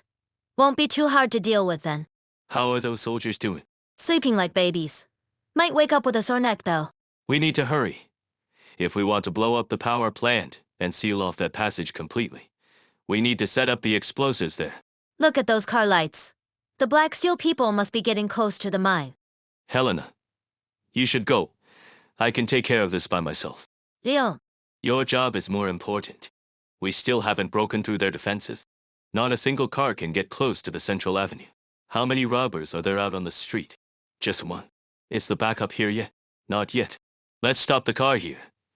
Have everyone still with us bring their gear. We'll go around the road and break through from there. Ambush up ahead. Going by the bullet marks. That's Blacksteel Edge Tamo. Good news, we found our princess. Give me the amplifier. Miss Brindley, whatever your reasons are for participating in this robbery, we won't make this hard on you as long as you cooperate and turn yourself in. Draw her attention. I'll send out a drone to track her. Stay back. I'm not surrendering. The bullets came from that diner over there. Let's get in position. We'll attack as soon as we're ready. Miss Brindley, you may not understand what's going to happen to you after this. You will be sent to prison, be abandoned by your friends and family, and society will look at you with disdain. Can you really bear all that? Sir. With all due respect, I've worked with everyone at Blacksteel for a long time now. I'm not the naive rich girl I used to be. I know better than anyone what the price of this is. But I still have to do it. There are some things you just do, no matter the price. That guy up ahead. That him? Sure. He looks like a normal old man. But you see those transports flipped upside down. He did that, like a wandering lost soul. The figure stands still in the middle of the road, under the flickering streetlight. Kid, is there something you can't say to my face? He can hear us from this far away. I've lived in far noisier places than this. I only survived this long thanks to my sharp ears. A legendary mercenary like you must have a lot of inspiring stories to tell. No, that's the first time anyone's described me like that. There's a long corridor in Blacksteel where pictures of our founder and his war buddies are hung. I saw one with you and our boss in it. It's inconspicuous, but I noticed it. What a shame. My stories ain't as legendary as you think. All I've been through is war. That doesn't matter. Actually, I've wanted to fight the boss for quite a while too. Still, he's the boss. I can't exactly pull a gun on him. But if you and him are in the same picture, old man, I wonder what that says about your skills. What? You mean so rotten you could throw a dozen of our teams for a loop and single-handedly keep us pinned down on the street? I mean so rotten that everyone I ever wanted to save died a miserable death. Everything I ever wanted to protect fell before my eyes. Those I loved chose to leave me. Those I despised, I couldn't kill with my own hands. I ain't no legend. I'm just an old failure of a Beckbeast. An old Beckbeast guarding the only bones that he has left. When he sees the old man's fingertip twitch, the mercenary keenly realizes that something terrible is about to go down. He aims his weapon at the target as fast as he can, but a bullet pierces his shoulder first. Damn it. I can't even see what he's doing. So, how come I'm starting to think this is getting fun? Stop approaching him, you madman. Careful. Not a step closer, kid. I'm putting everything on the line for this. So you came in here anyway. Miss Brindley, bullets can ricochet indoors. I don't want to hurt you. I don't want to hurt you either. Please take everyone with you and leave. I'm sorry, but this is the mission handed down to us. Not everyone's a princess like you, who can do whatever she pleases. I'm so sorry about all this. The girl's voice is coming from behind the booth seats. It is soft and with a hint of doubt, just like the mercenary's first impression of her sensitive and cowardly. He carefully inches forward with his handgun drawn and held up next to his face. There is no one sitting in the booth. Just a sniper rifle on the table. The device on the trigger ensures it can be remotely controlled. A communication device sits beside it. The girl's voice can be heard through its speakers. I really am sorry. The target is not in the rear kitchen. Second floor is clear. Not outside either. She's not here. Hurry and withdraw immediately. This is a feint. If you know I do whatever I please, why did you expect me to act exactly how you anticipated?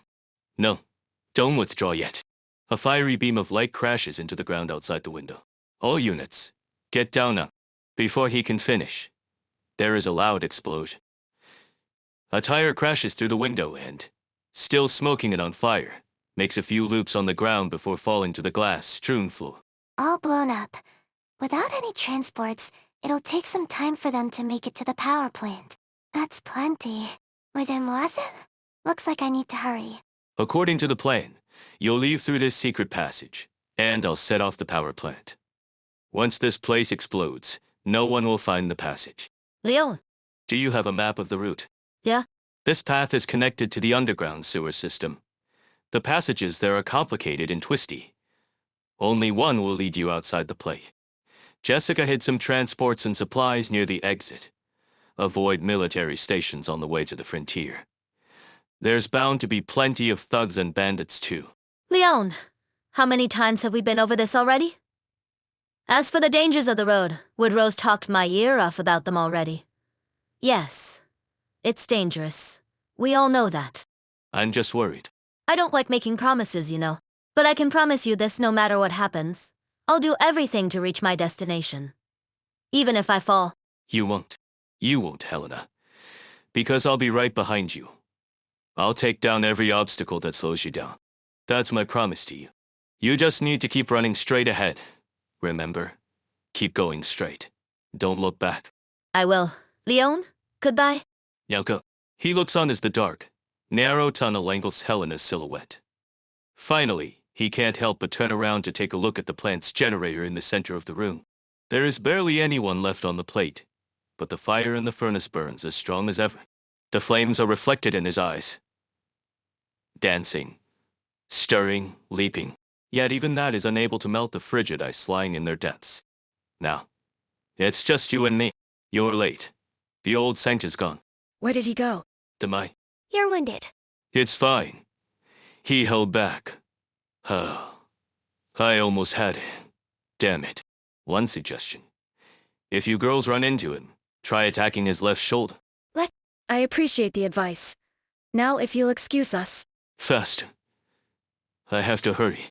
Leon sets the explosives on the wall and lifts his hand to wipe all the sweat that's gathered on his brow. But the heat immediately causes his skin to sweat even more. His lips start chapping. His saliva no longer serves to moisten his throat and mouth. Faster. He sticks another one onto the wall, then another, and another. The light of the intense fire sweeps into the bottom of his eyes, seemingly tearing his soul in two. One half supports his body's movements so that he can keep working, while the other half has left his body entirely and stands firm in front of the furnace, staring into the raging fire.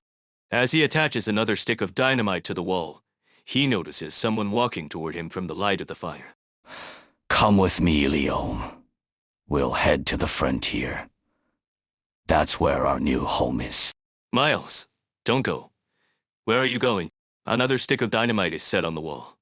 Miles turns toward the furnace, and a small shadow emerges. I'm planning to leave Devastaun. I don't want to stay here anymore. I'm leaving Dad. Lenny, don't leave me. You're the only child I have left. Don't leave me like Carl did. Another stick of dynamite on the wall. The fire engulfs Benny and twists into a tall, young man. Good news, Dad. There's a mercenary company that thinks I'm pretty good. They say I'm a good fit for the gig. I'll be leaving in a few days. No. Don't go. I won't let you. You'll die on the battlefield. Carl. Another stick of dynamite. The young man turns into a fireball and explodes in all directions. No. Carl, come down. The final stick of dynamite is set up on the wall. A woman emerges from the fireball. He no longer remembers what she looked like, but he never once forgot her voice. Leo, I have to go now. I'm sorry. I can't support you anymore. Mom, don't apologize. I'm doing well here. Leon, sorry for leaving you all alone. No, Mom, I have a family here. Everyone here is my family. Goodbye, Leo. Stay here. Mom, stay here. With me. Leon, how are things going on your end? The explosives are all in the place. Once they're set off, the plant will explode in no time.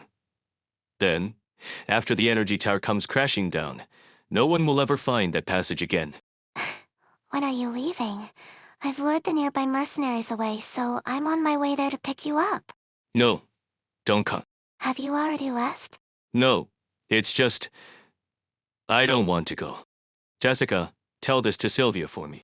No, I won't. If you have something to tell her yourself. She's a clever girl, and still so young. A nice girl. If she finds a good man in the frontier, she should let herself fall in love again. I want her to be happy. God, why'd I have to treat her like that? If I'd known Carl was going to... Carl? No, forget what I said. Tell her I'm glad she still remembers and loves Carl. But he's gone. He's not here anymore. The living deserve a choice. Shouldn't be bogged down by the dead. You deserve a choice too. You need to live and leave this place. You'll get to start fresh in the future. Don't do anything stupid. I'm begging you. Think about Woodrow and Helena. They'll be heartbroken. And Benny, he just started school. He's got a bright future ahead of him. Don't you want to see what kind of man he'll become? Don't you want to see your son again? And Miles, he's still waiting for you. But she wants me to stay. Who? She spread her arms, spread her heart, showed me that pretty face. And from that moment on, I found my dreams in her embrace. Listen to me, Jessica. I can't leave this place. Because that woman left me here on a rainy spring day. It was the perfect day for a seedling to take root and sprout. My roots have grown too deep. No one can pluck me out anymore. Leon. It's gonna be a big bang. Cover your ears. Don't be afraid, and don't be sad. My life didn't begin the day I was born. It began the day I got here. In the same way, my death won't be on the day my life comes to an end. It'll be the day I leave this place. Leon, please. Don't worry, Jessica. I won't die, because I'll be here forever. I'll live forever in her embrace. A loud explosion rings out high up above, and its massive shockwave shoves Jessica to the ground. She tries her hardest to get up and move her legs, to run forward. But she finds herself unable to budge. Her body has never felt so heavy before. She lifts her head up to look into the distance. A thick cloud of smoke is gushing out of a giant fissure in the towers by. The rubble mercilessly pummels the ground alongside a shower of sparks, turning the nearby buildings into wreckage beyond recognition. A frigid wind blows toward her from afar, turning everything before her into nothing but a hazy blur, and leaving the corners of her eyes feeling awfully cold. She reaches her fingers up toward the sky, as though she is trying to grasp something in the haze. She blinks, and her vision starts to clear up. She sees a snowflake. It's snowing. Is that the power plant? Hurry, Franca. Dr. Faster. You hear that, you stupid car? Faster! Did it work? Jessica, what's the situation there? Leon! Respond. I'm not getting a signal. Damn it. Helena stops in her tracks and considers turning back to look. The underground passage's structure, fragile to begin with, is unable to withstand the explosion on the surface. The fissures on the walls are rapidly spreading as far out as she can see, almost as if underlining the fact that she is walking a path of no return. And so, in the end, she doesn't turn around. Instead, she keeps running. She simply throws herself into the hidden tunnel and towards the unknown up ahead. I really have gotten old. Couldn't even dodge a little explosion like that. That's... toward the energy tower. Jessica, Woodrow. what's the situation at the energy tower? Has Helena entered the underground passage yet? What happened? Leon said he was staying. He said he didn't want to leave. I didn't see him come out. I waited. Maybe I missed him. Does Helena know? I can't reach her. Are you crying? Am I? I think I am. You'll be fine. Let's see. You're from Blacksteel and a Brinley. They won't touch you. Where are you going, Woodrow? Can I come look for you? I still got some stuff to take care of. Can't go bringing you with me. Will I ever see you again? Maybe, Jessica. Maybe. Woodrow leans on the wall. He feels dazed and dizzy, and the burn wound on his shoulder aches. He takes out the bullet from his pocket. He can barely make it out under the faint moonlight, so all he does is rub its engraving. Dundreich, may this bullet forgive what my heart cannot. What's the situation? We've already tracked down Miss Brinley, but the mercenaries are understandably not giving this their best. However, going by how long it's been, she should be almost out of ammunition. Any news on Tylosend? Helena and the miner took the money into the energy tower. And neither of them came out. So they disappeared without a trace, right in front of everyone. There must be another exit. Tell Tila to keep looking. Yes, sir. What about Woody? Has he left yet? Mr. Bianchi hasn't left the plate.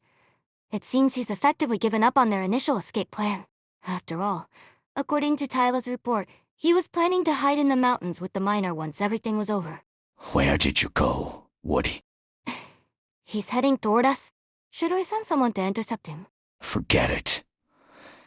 Let him come. If he insists on coming, no one can stop him. Lizcarm, there's a burning roadblock up ahead.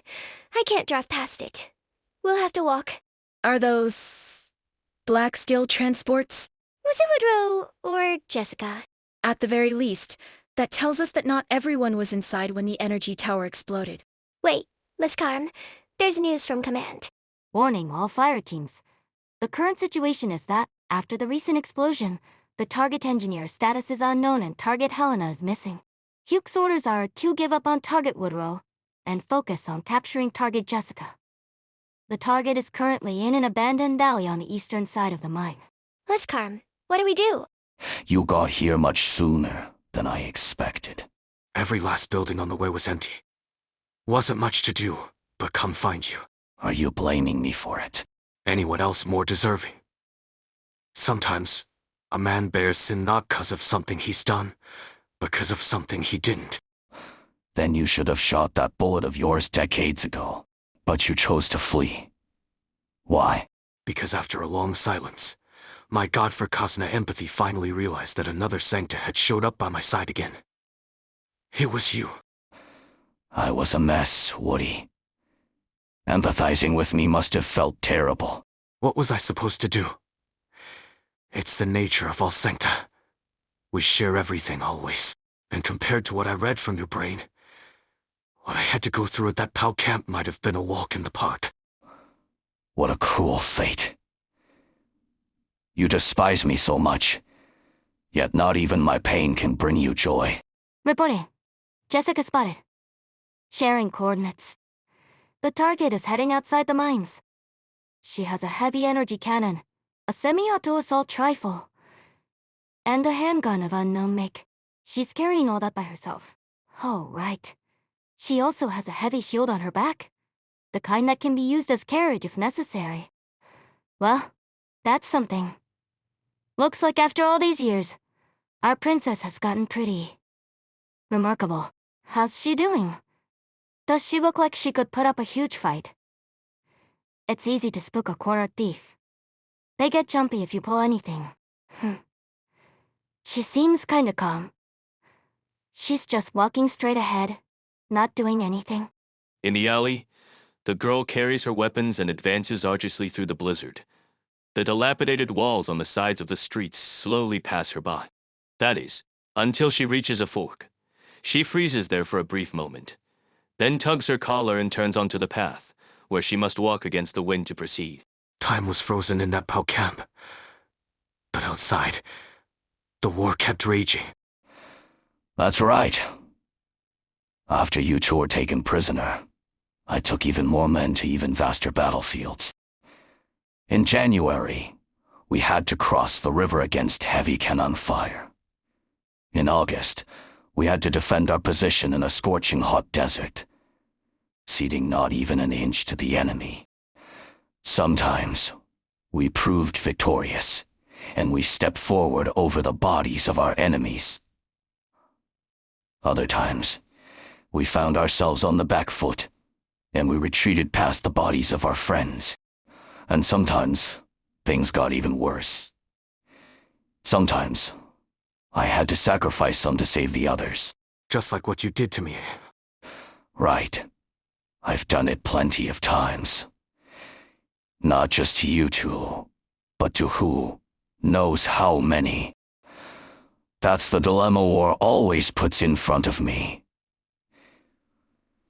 It may seem like a choice, but it's not. It's an inviolable rule. But you still made the call. If I didn't, all our efforts would have gone to waste. We would have faced defeat. That's why I chose to accept the rules. It's a sad thing, seeing a man you used to admire get reshaped by the rules and logic of war. You even remember what you used to be like, before you had any part in the Revolutionary War. Do you remember the man who was always carrying the scriptures as he traveled everywhere, promising to use the gun in his hand to end all conflict and injustice? Of course I do, Woody. I remember what I was like, and I remember what you were like too. You always had a brush with you. You wanted to have one of your paintings decorate a chapel dome one day. Have you so much as touched a brush these past years? No. Not since I had to get her fingers reattached. The target is turning left. She's walking pretty slow. Nearby members, prepare to take her in. These coordinates. They're just up ahead. Hurry. Liskarn. See you. W8. The two turn into an alley and stop in their tracks. The girl's lonely back suddenly appears before them. Jessica. Hearing her name, the girl turns around. When she notices who they are, a hint of joy appears on her face, only to be quickly replaced by a sense of helplessness and panic. You two came. Yeah. We got your coordinates, so we rushed over here. I'm sorry, Captain. I'm not sure there's any cleaning up this mess I made. I approved your application to withdraw from the team, so strictly speaking, I'm not your captain anymore. Right. I guess that's true. You two must be here to capture me then. No. We're here as your friends. I got a transmission on our way here. Supposedly, during the explosion Leon. Well, I'm not sure if you knew, but regardless, I thought you'd probably want someone at your side. Yeah. I knew. I was on a call with him right until the moment it blew up. Thanks. Thanks for coming. It's just... Are you okay, Jessica? I'm not okay. I'm muffled. Do you want us to come over and give you a hug? No, don't. If you have anything to say, you can say it from there. I can hear you clearly from this distance. Jessica. Stay there and don't move, Franca. Flustered, Jessica pulls her gun from her waist to stop Franca from advancing. Are you going to point your gun at me? Sorry, I just... Franca, don't... Just... leave me alone. Jessica. Let me talk to her. Is there anywhere you want to go, Jessica? After this is all over? Don't worry about that. If I can't explain it, then so be it. As long as we're all together, there's nothing to worry about. Don't be afraid. But I am. I'm so afraid. What are you afraid of? That the pristine pool of water could be too warm, too wonderful. I'm not sure I'm following you there. Suddenly, the headlights of a transport point straight at Jessica, and she is enveloped and imprisoned by a number of giant halos. The girl's eyes are unable to bear such intense light. All she can do is hold her gun with one arm and shield her eyes with the other. After a short while, she seems to have adjusted to the brightness. She puts her arm down and stares into the distance at the convoy of cars driving toward her.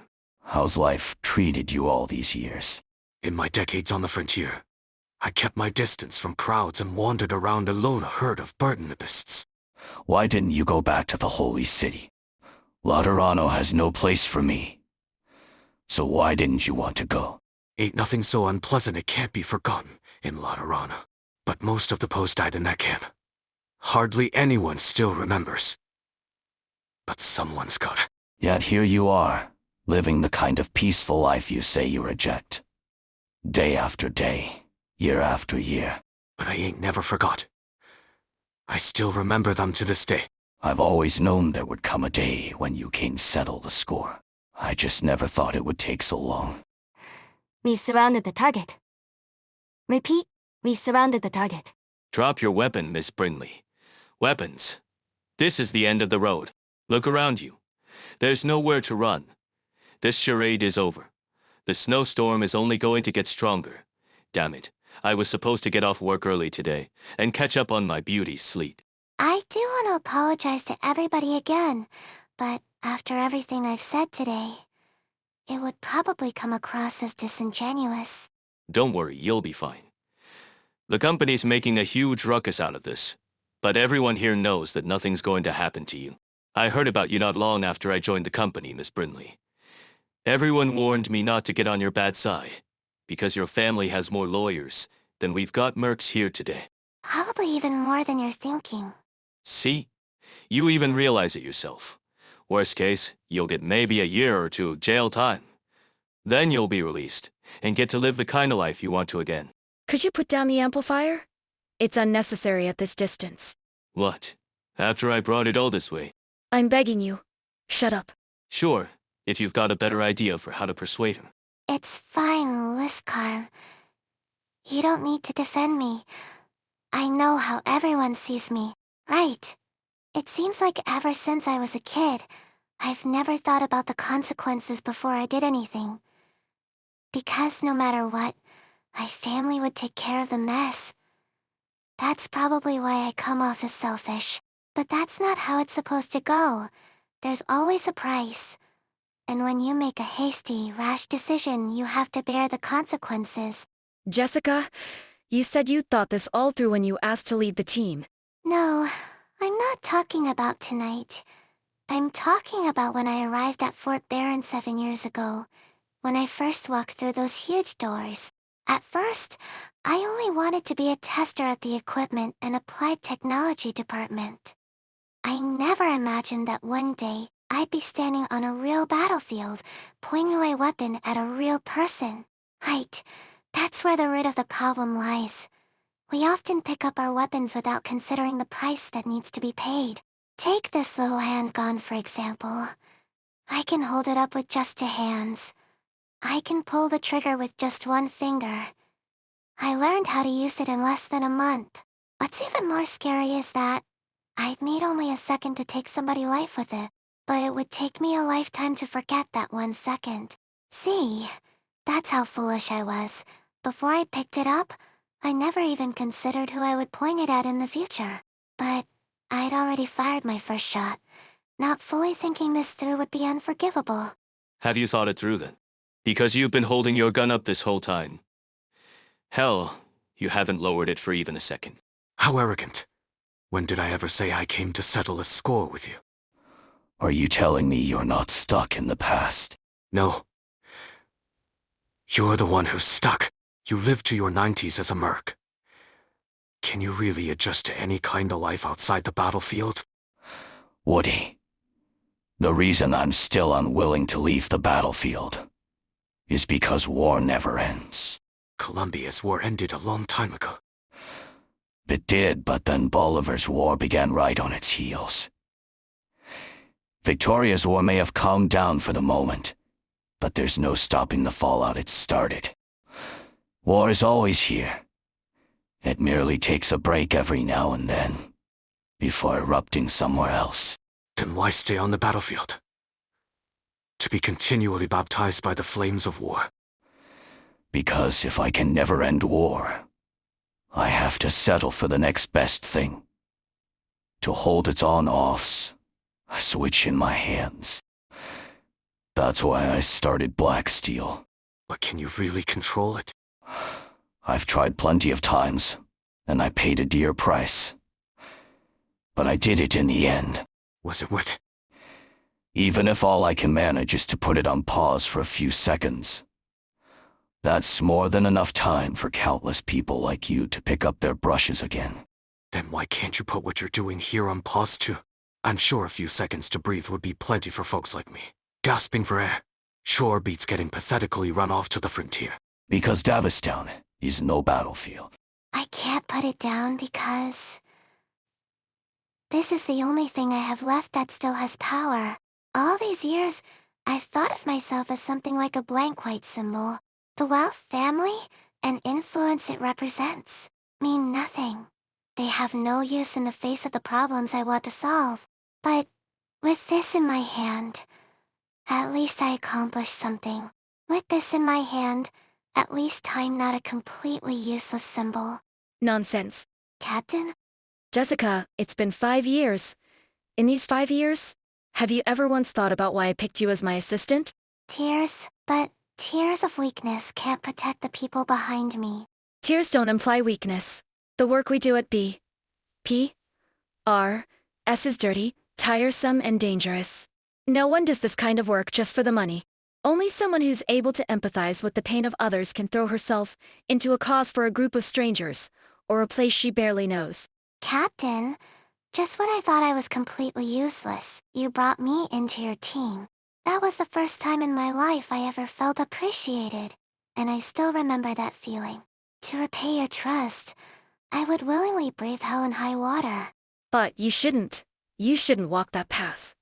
No one's journey should be to earn someone else's recognition. Do whatever it is that you yourself really want to do.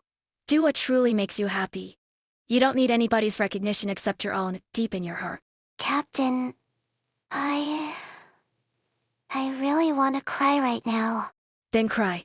Let your tears flow. No need to hold back. Woody, your halo is flashing. You're goddamn right it is. I want to kill you. You keep saying that war never ends, that all you can do is control it. War is ended by countless ordinary folks. Folks who've been encroached on by it, but Blackweeds try their hardest to survive. Everywhere that's ever burnt down in the flames of war has always been fixed up by untold numbers of normal folks, trying their best to get back the lives they used to live. Even in the most dire of circumstances, you should have died on the battlefield. Would have been a much better fate than becoming the war. Obsessed madman you are now. I just wanted to return the bullet to you. But now, I really want to kill you. A strong gale lifts up the old man's hat and tosses it into the air, but he neither looks up nor moves to grab it. His eyes, not blinking for even a moment, are fixed on the man standing opposite him. All his muscles, from his cheek to his neck, are as tense as can be, and above his head, his halo is flashing rapidly. The man opposite him keeps silent for a time, then gradually takes a deep breath, as though it is only through the sound of the roaring winds that he can understand the old man's words. Well then, do you know who it is you're going to kill? Your friend who betrayed you? Or a complete madman? None of the above. It's an arrogant dick who looks down on everything. In his eyes, everything can be weighed on scales, and to achieve his goals, he's capable of sacrificing anything. What about you then? What kind of man will shoot me with that bullet? An ordinary man. An ordinary man who lost everything except his anger when you looked down on him. Very good. What's so funny? That finger of yours always yearned to hold a brush, but in the end, you'll use it to pull the trigger. My hands yearn to hold scriptures, but in the end, they'll be drenched in blood. It's just funny how fate makes fools of us all. The wind lifts Cliff's coat, revealing both the firearm on his waist and the hand reaching for it. Through the flurry of snow, he sees Woodrow doing the same. He suddenly remembers how, all those years ago in Laterano, on the way back to the dorm, a gust of wind blew Woodrow's hat away and carried it into the sky. And for a very long time, it stayed up there. Years have come and gone, and now that hat in the wind has finally landed back on the ground. But what about that? Then, who? Jessica doesn't give him an answer. She merely looks back at the desolate mine. After the explosion, it looks all the more devastating. Sir, do you know what that used to look like? I don't. Well, I do. I know there was a time when the energy tower burned endlessly to bring warmth to the residents here. I know there was a time when that diner never closed. Everyone would gather around the tables over beer and sing to their heart's content. I know the winters here are long and cold, but with their dedication and hard work, every last person who lived here filled this place with light and warmth. Their fierce, brilliant light enveloped every inch of this place to drive out the frigid cold and darkness of the winter nights.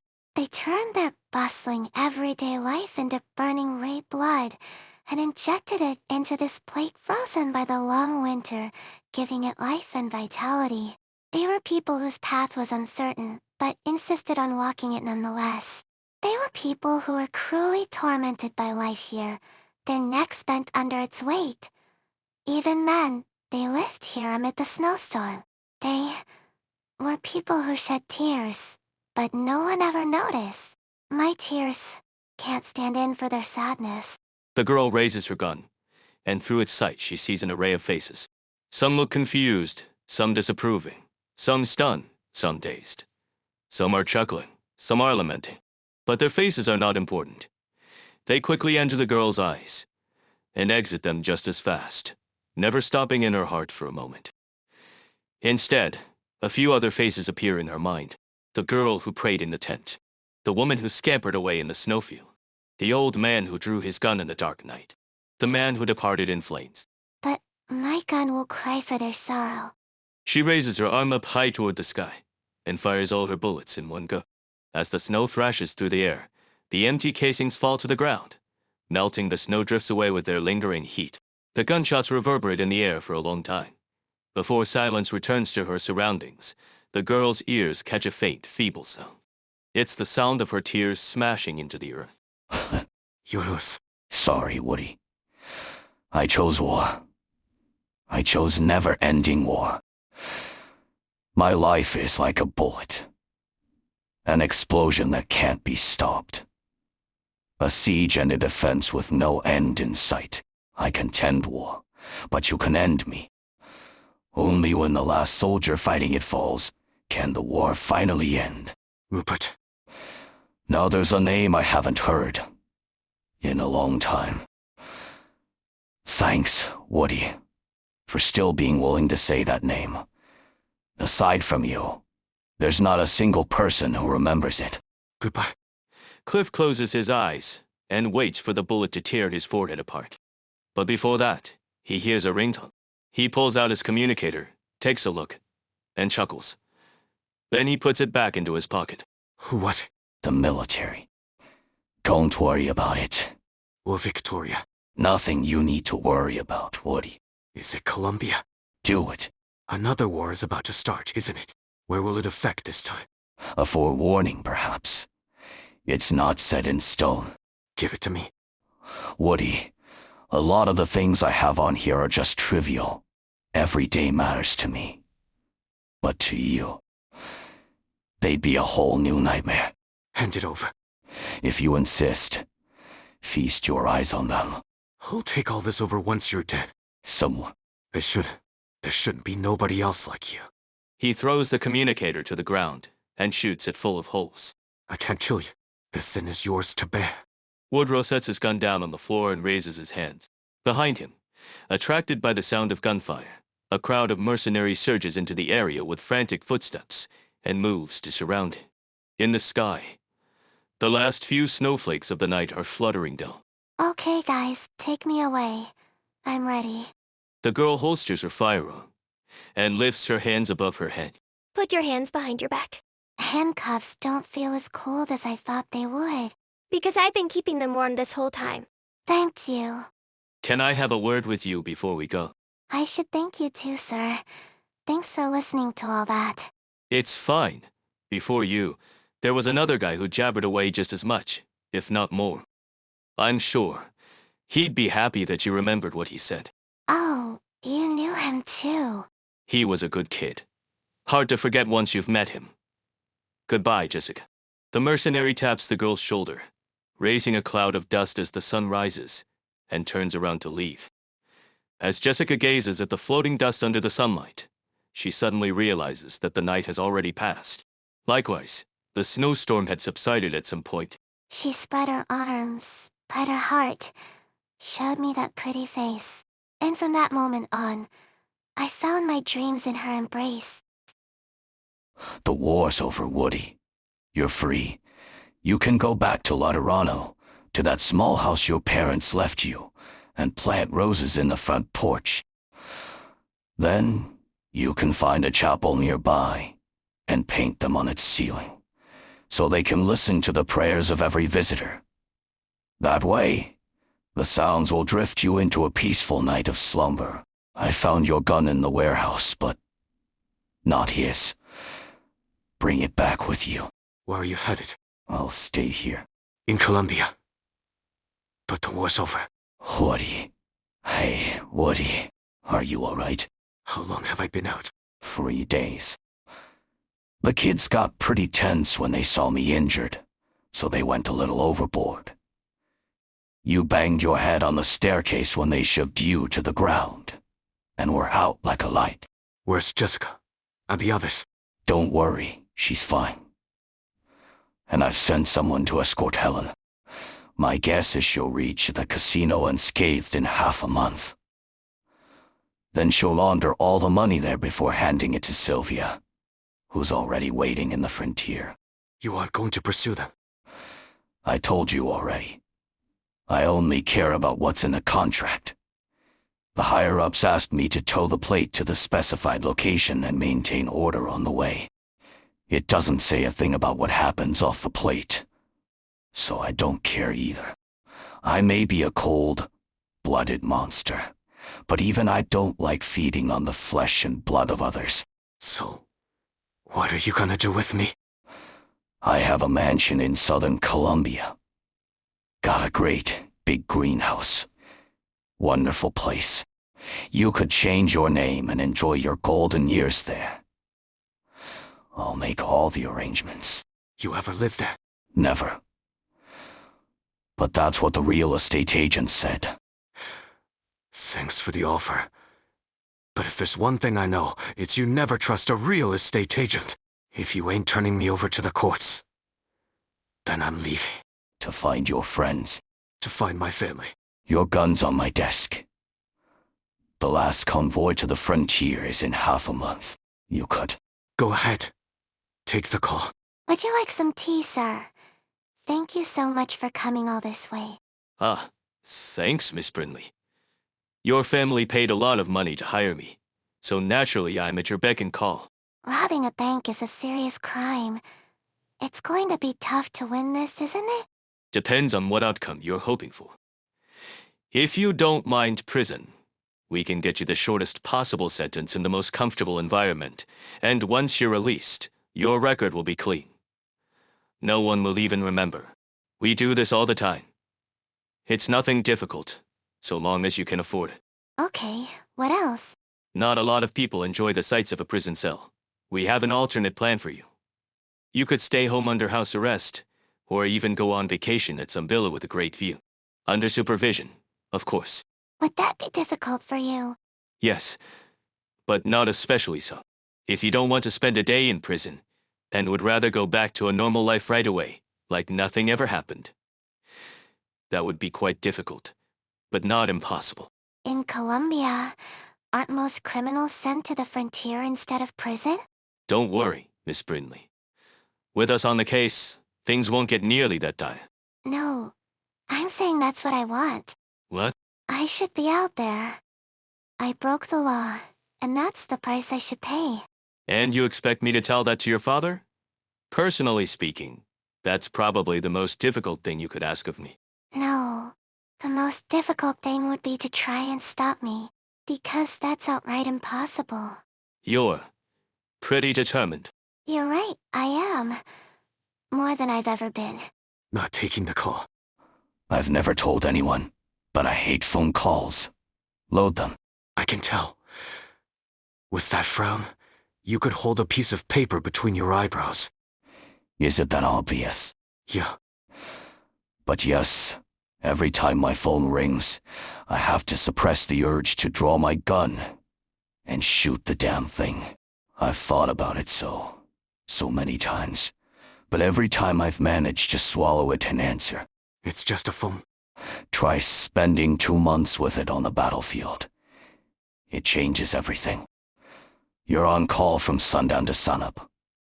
When you pick it up and the voice says, "Attack," you've no choice but to obey and send your men charging into enemy lines. Then, you fight from sunup to sundown.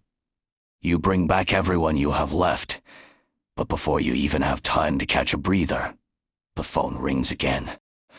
The voice says, "Hold the line," and you have to send everyone back to the front lines to keep fighting a never-ending battle. Woody, if I lost my right to give a eulogy at your funeral years ago, then I hope you'll at least hear out my last request. I'm listening. Don't die in some place I've never even heard of. Fine. I have some parting words for you too. Yeah? If you can't go back to how things were, you can at least hang up and call back later. Don't let them force you to keep your eye on it. I hope you'll always remember this phone call. He picks up the phone on the desk and punches in a few numbers. Is this the president of the bank? Hello, sir. I was a little busy and couldn't answer your call. Right. We ran into some trouble during the towing. I understand your frustration, but to me, as long as the plate reaches its destination, the mission will be a success. No one's going to care. Right, I understand. The money is very important to you. I get that business has been on the rise, and the people from Trimans could help you climb even higher. And now that the money's gone, I guess, is they won't just let you off the hook. Yes, I understand. I understand all that. So, what do you say I help you fill in the hole? It's no small sum, but nothing I can't afford. In return, perhaps you could help me with a small favor. I have a few documents that I'd like you to sign for me. Under the table, as it were. Someone's knocking on your door. Perfect. Sounds like my mercs have arrived with the papers. You're afraid to sign, but think of our partnership. This is a win-win. I'll give you another call in half an hour. I hope you'll have made your decision by then. Talk to you later. Come in. Sir, the money is ready. We're just waiting for the bank's decision. But I must say, taking over that platform in Bolivar took a whole lot less work than this one. Well, that's Bolivar. Bolivar doesn't have cutting-edge scientists, nor any tech companies jostling for control of all the abandoned plates they can get. Not to mention the favorable prices for plates and ownership transfer procedures they have there. They wouldn't mind getting on our good side after all. All right. No more complaining about things not going to plan. Then the tighter it's stretched, the more the ones holding the ends will want a knife to cut it with. But as soon as it's cut, you either get rid of the knife immediately, or hold on to it forever. We've been stretched too tight for too long by someone much stronger than Bolivar. Who knows how many more Davistowns we'll have to handle. I'd rather get the big guy to loosen his grip, or even show him how much it hurts when the string snaps. But an old platform they wouldn't think twice about. This might be even more useful than we thought. If we consider only the immediate impact, the security of the surrounding areas could be greatly improved once we've established the training centers in Bolivar and Eastern Colombia. If we didn't care about that, then what separates us from the guys who only know how to grease palms? No. What separates us from the big guys? Well, that's all a problem for the future. It's the bank president again. I suppose it wasn't a difficult decision. Care to listen in? Why do we have to set sail now of all times? I wanted to see Jessica and Woodrow off. Stop whining and pack your clothes. You left them all over the floor. Siek. How come you two are so calm about this? Who knows if we'll ever see her again once she's out on the frontier. Mr. Cliff didn't approve her resignation. So even there, she'll still be a member of Black Steel. What? But she's going out there to serve her sentence. Yes, correct. But with her identity as a Black Steel employee. And the job. The job? Right. No matter where you go, you can never escape this job. Maybe we'll get a mission in the frontier one day, and we'll get to see her. Now hurry and pack your clothes. I can't believe you two are keeping this from me. I thought I'd never... Don't blame us. Blame engineering for keeping you so busy that we never got a chance to talk. What's this? Something wrong? Oh no, I just found a note in my pocket. Big whoop. Call me when you find a blank check. Half a month ago, Laura wore that coat while bidding her friend farewell with a hug. She slipped a note into her friend's pocket, but didn't notice her friend doing the same. Laura turns away from the other two and opens it up. There are a few numbers and a sloppily scribbled message. If you ever need funding, give this number a call. Another one. Ma'am, you've been in this pub all night. The owner is about to close up. That's all right. I know the owner. Are you waiting for someone? Nah, I ain't never waited for no one my whole life. Is someone waiting for you then? Yeah? Well, they get to meet you. I got a lot of people waiting for me. You'll have to narrow it down. Let's not worry about the distant ones. The closest, waiting for you right now. Yeah, of course they will. Gave them my word. It's hard to find someone who takes promises so seriously these days. Here, let me treat you to a round. You tell me this long just to buy me a drink? But made a promise too. I promised the girl you're supposed to meet that she'll get to see you. You can call me Tila. In a swath of scorched earth, I see a spark light up and drift with the wind into the distance, before perishing into ashes. Or perhaps it lit up the night sky and brought forth the daylight. You really plan on coming to the frontier with me? You know what it is you're throwing away? I do. It's a stupid house choice. Maybe in a few years, a few months, or even a few days, I'll come to think the same.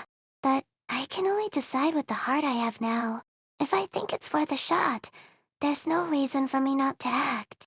You think you'll find what you're after out there? Before, I always put all my effort into chasing things I can never reach. When I was a kid, I tried to chase my siblings, who were all taller than me. When I was a teenager and my grandfather died while I was out of the country, I rushed to attend the funeral I could never have made it to in time. And then, after I grew up, I chased disasters and conflicts I could never possibly stop. Again and again. I'm always chasing, but I never make it in time. But this is different. This time I'm not chasing anything, because I'll be there from the very beginning. Then let's get going. Hope you're ready for a fresh start. Why the tears, Jessica? My castle fell down. I spent all afternoon on it, but now there's nothing left. Jessica, you built your castle on the beach. Of course it'll fall down when the waves come crashing. I'm so dumb. Why didn't I build it somewhere safe? What kind of nonsense is going through your silly little head? You're my granddaughter. How could you be dumb? But my siblings are all so much smarter. They know all these things I don't. They're adults. Of course they have more experience than you. When you grow up, you'll be just like them. But won't they be even more amazing by then? Huh? How come you have so many weird questions? Sorry. Now, don't be so upset. How about I rebuild your sand castle with you? Will you really? But even if we do, it'll still come crashing down because of the waves tomorrow. In the end, there still won't be anything left. If you're so worried about the waves wrecking your castle, how about we pick a beach further from the water and rebuild it there? Even when you lose everything, there's always the future, and we need to believe in it. Don't be afraid to start over. Yeah, let's start over. A warm hat is placed on the girl's head. Its brim is so wide, it covers almost her whole face. If you want to cry, cry. You've been through so much.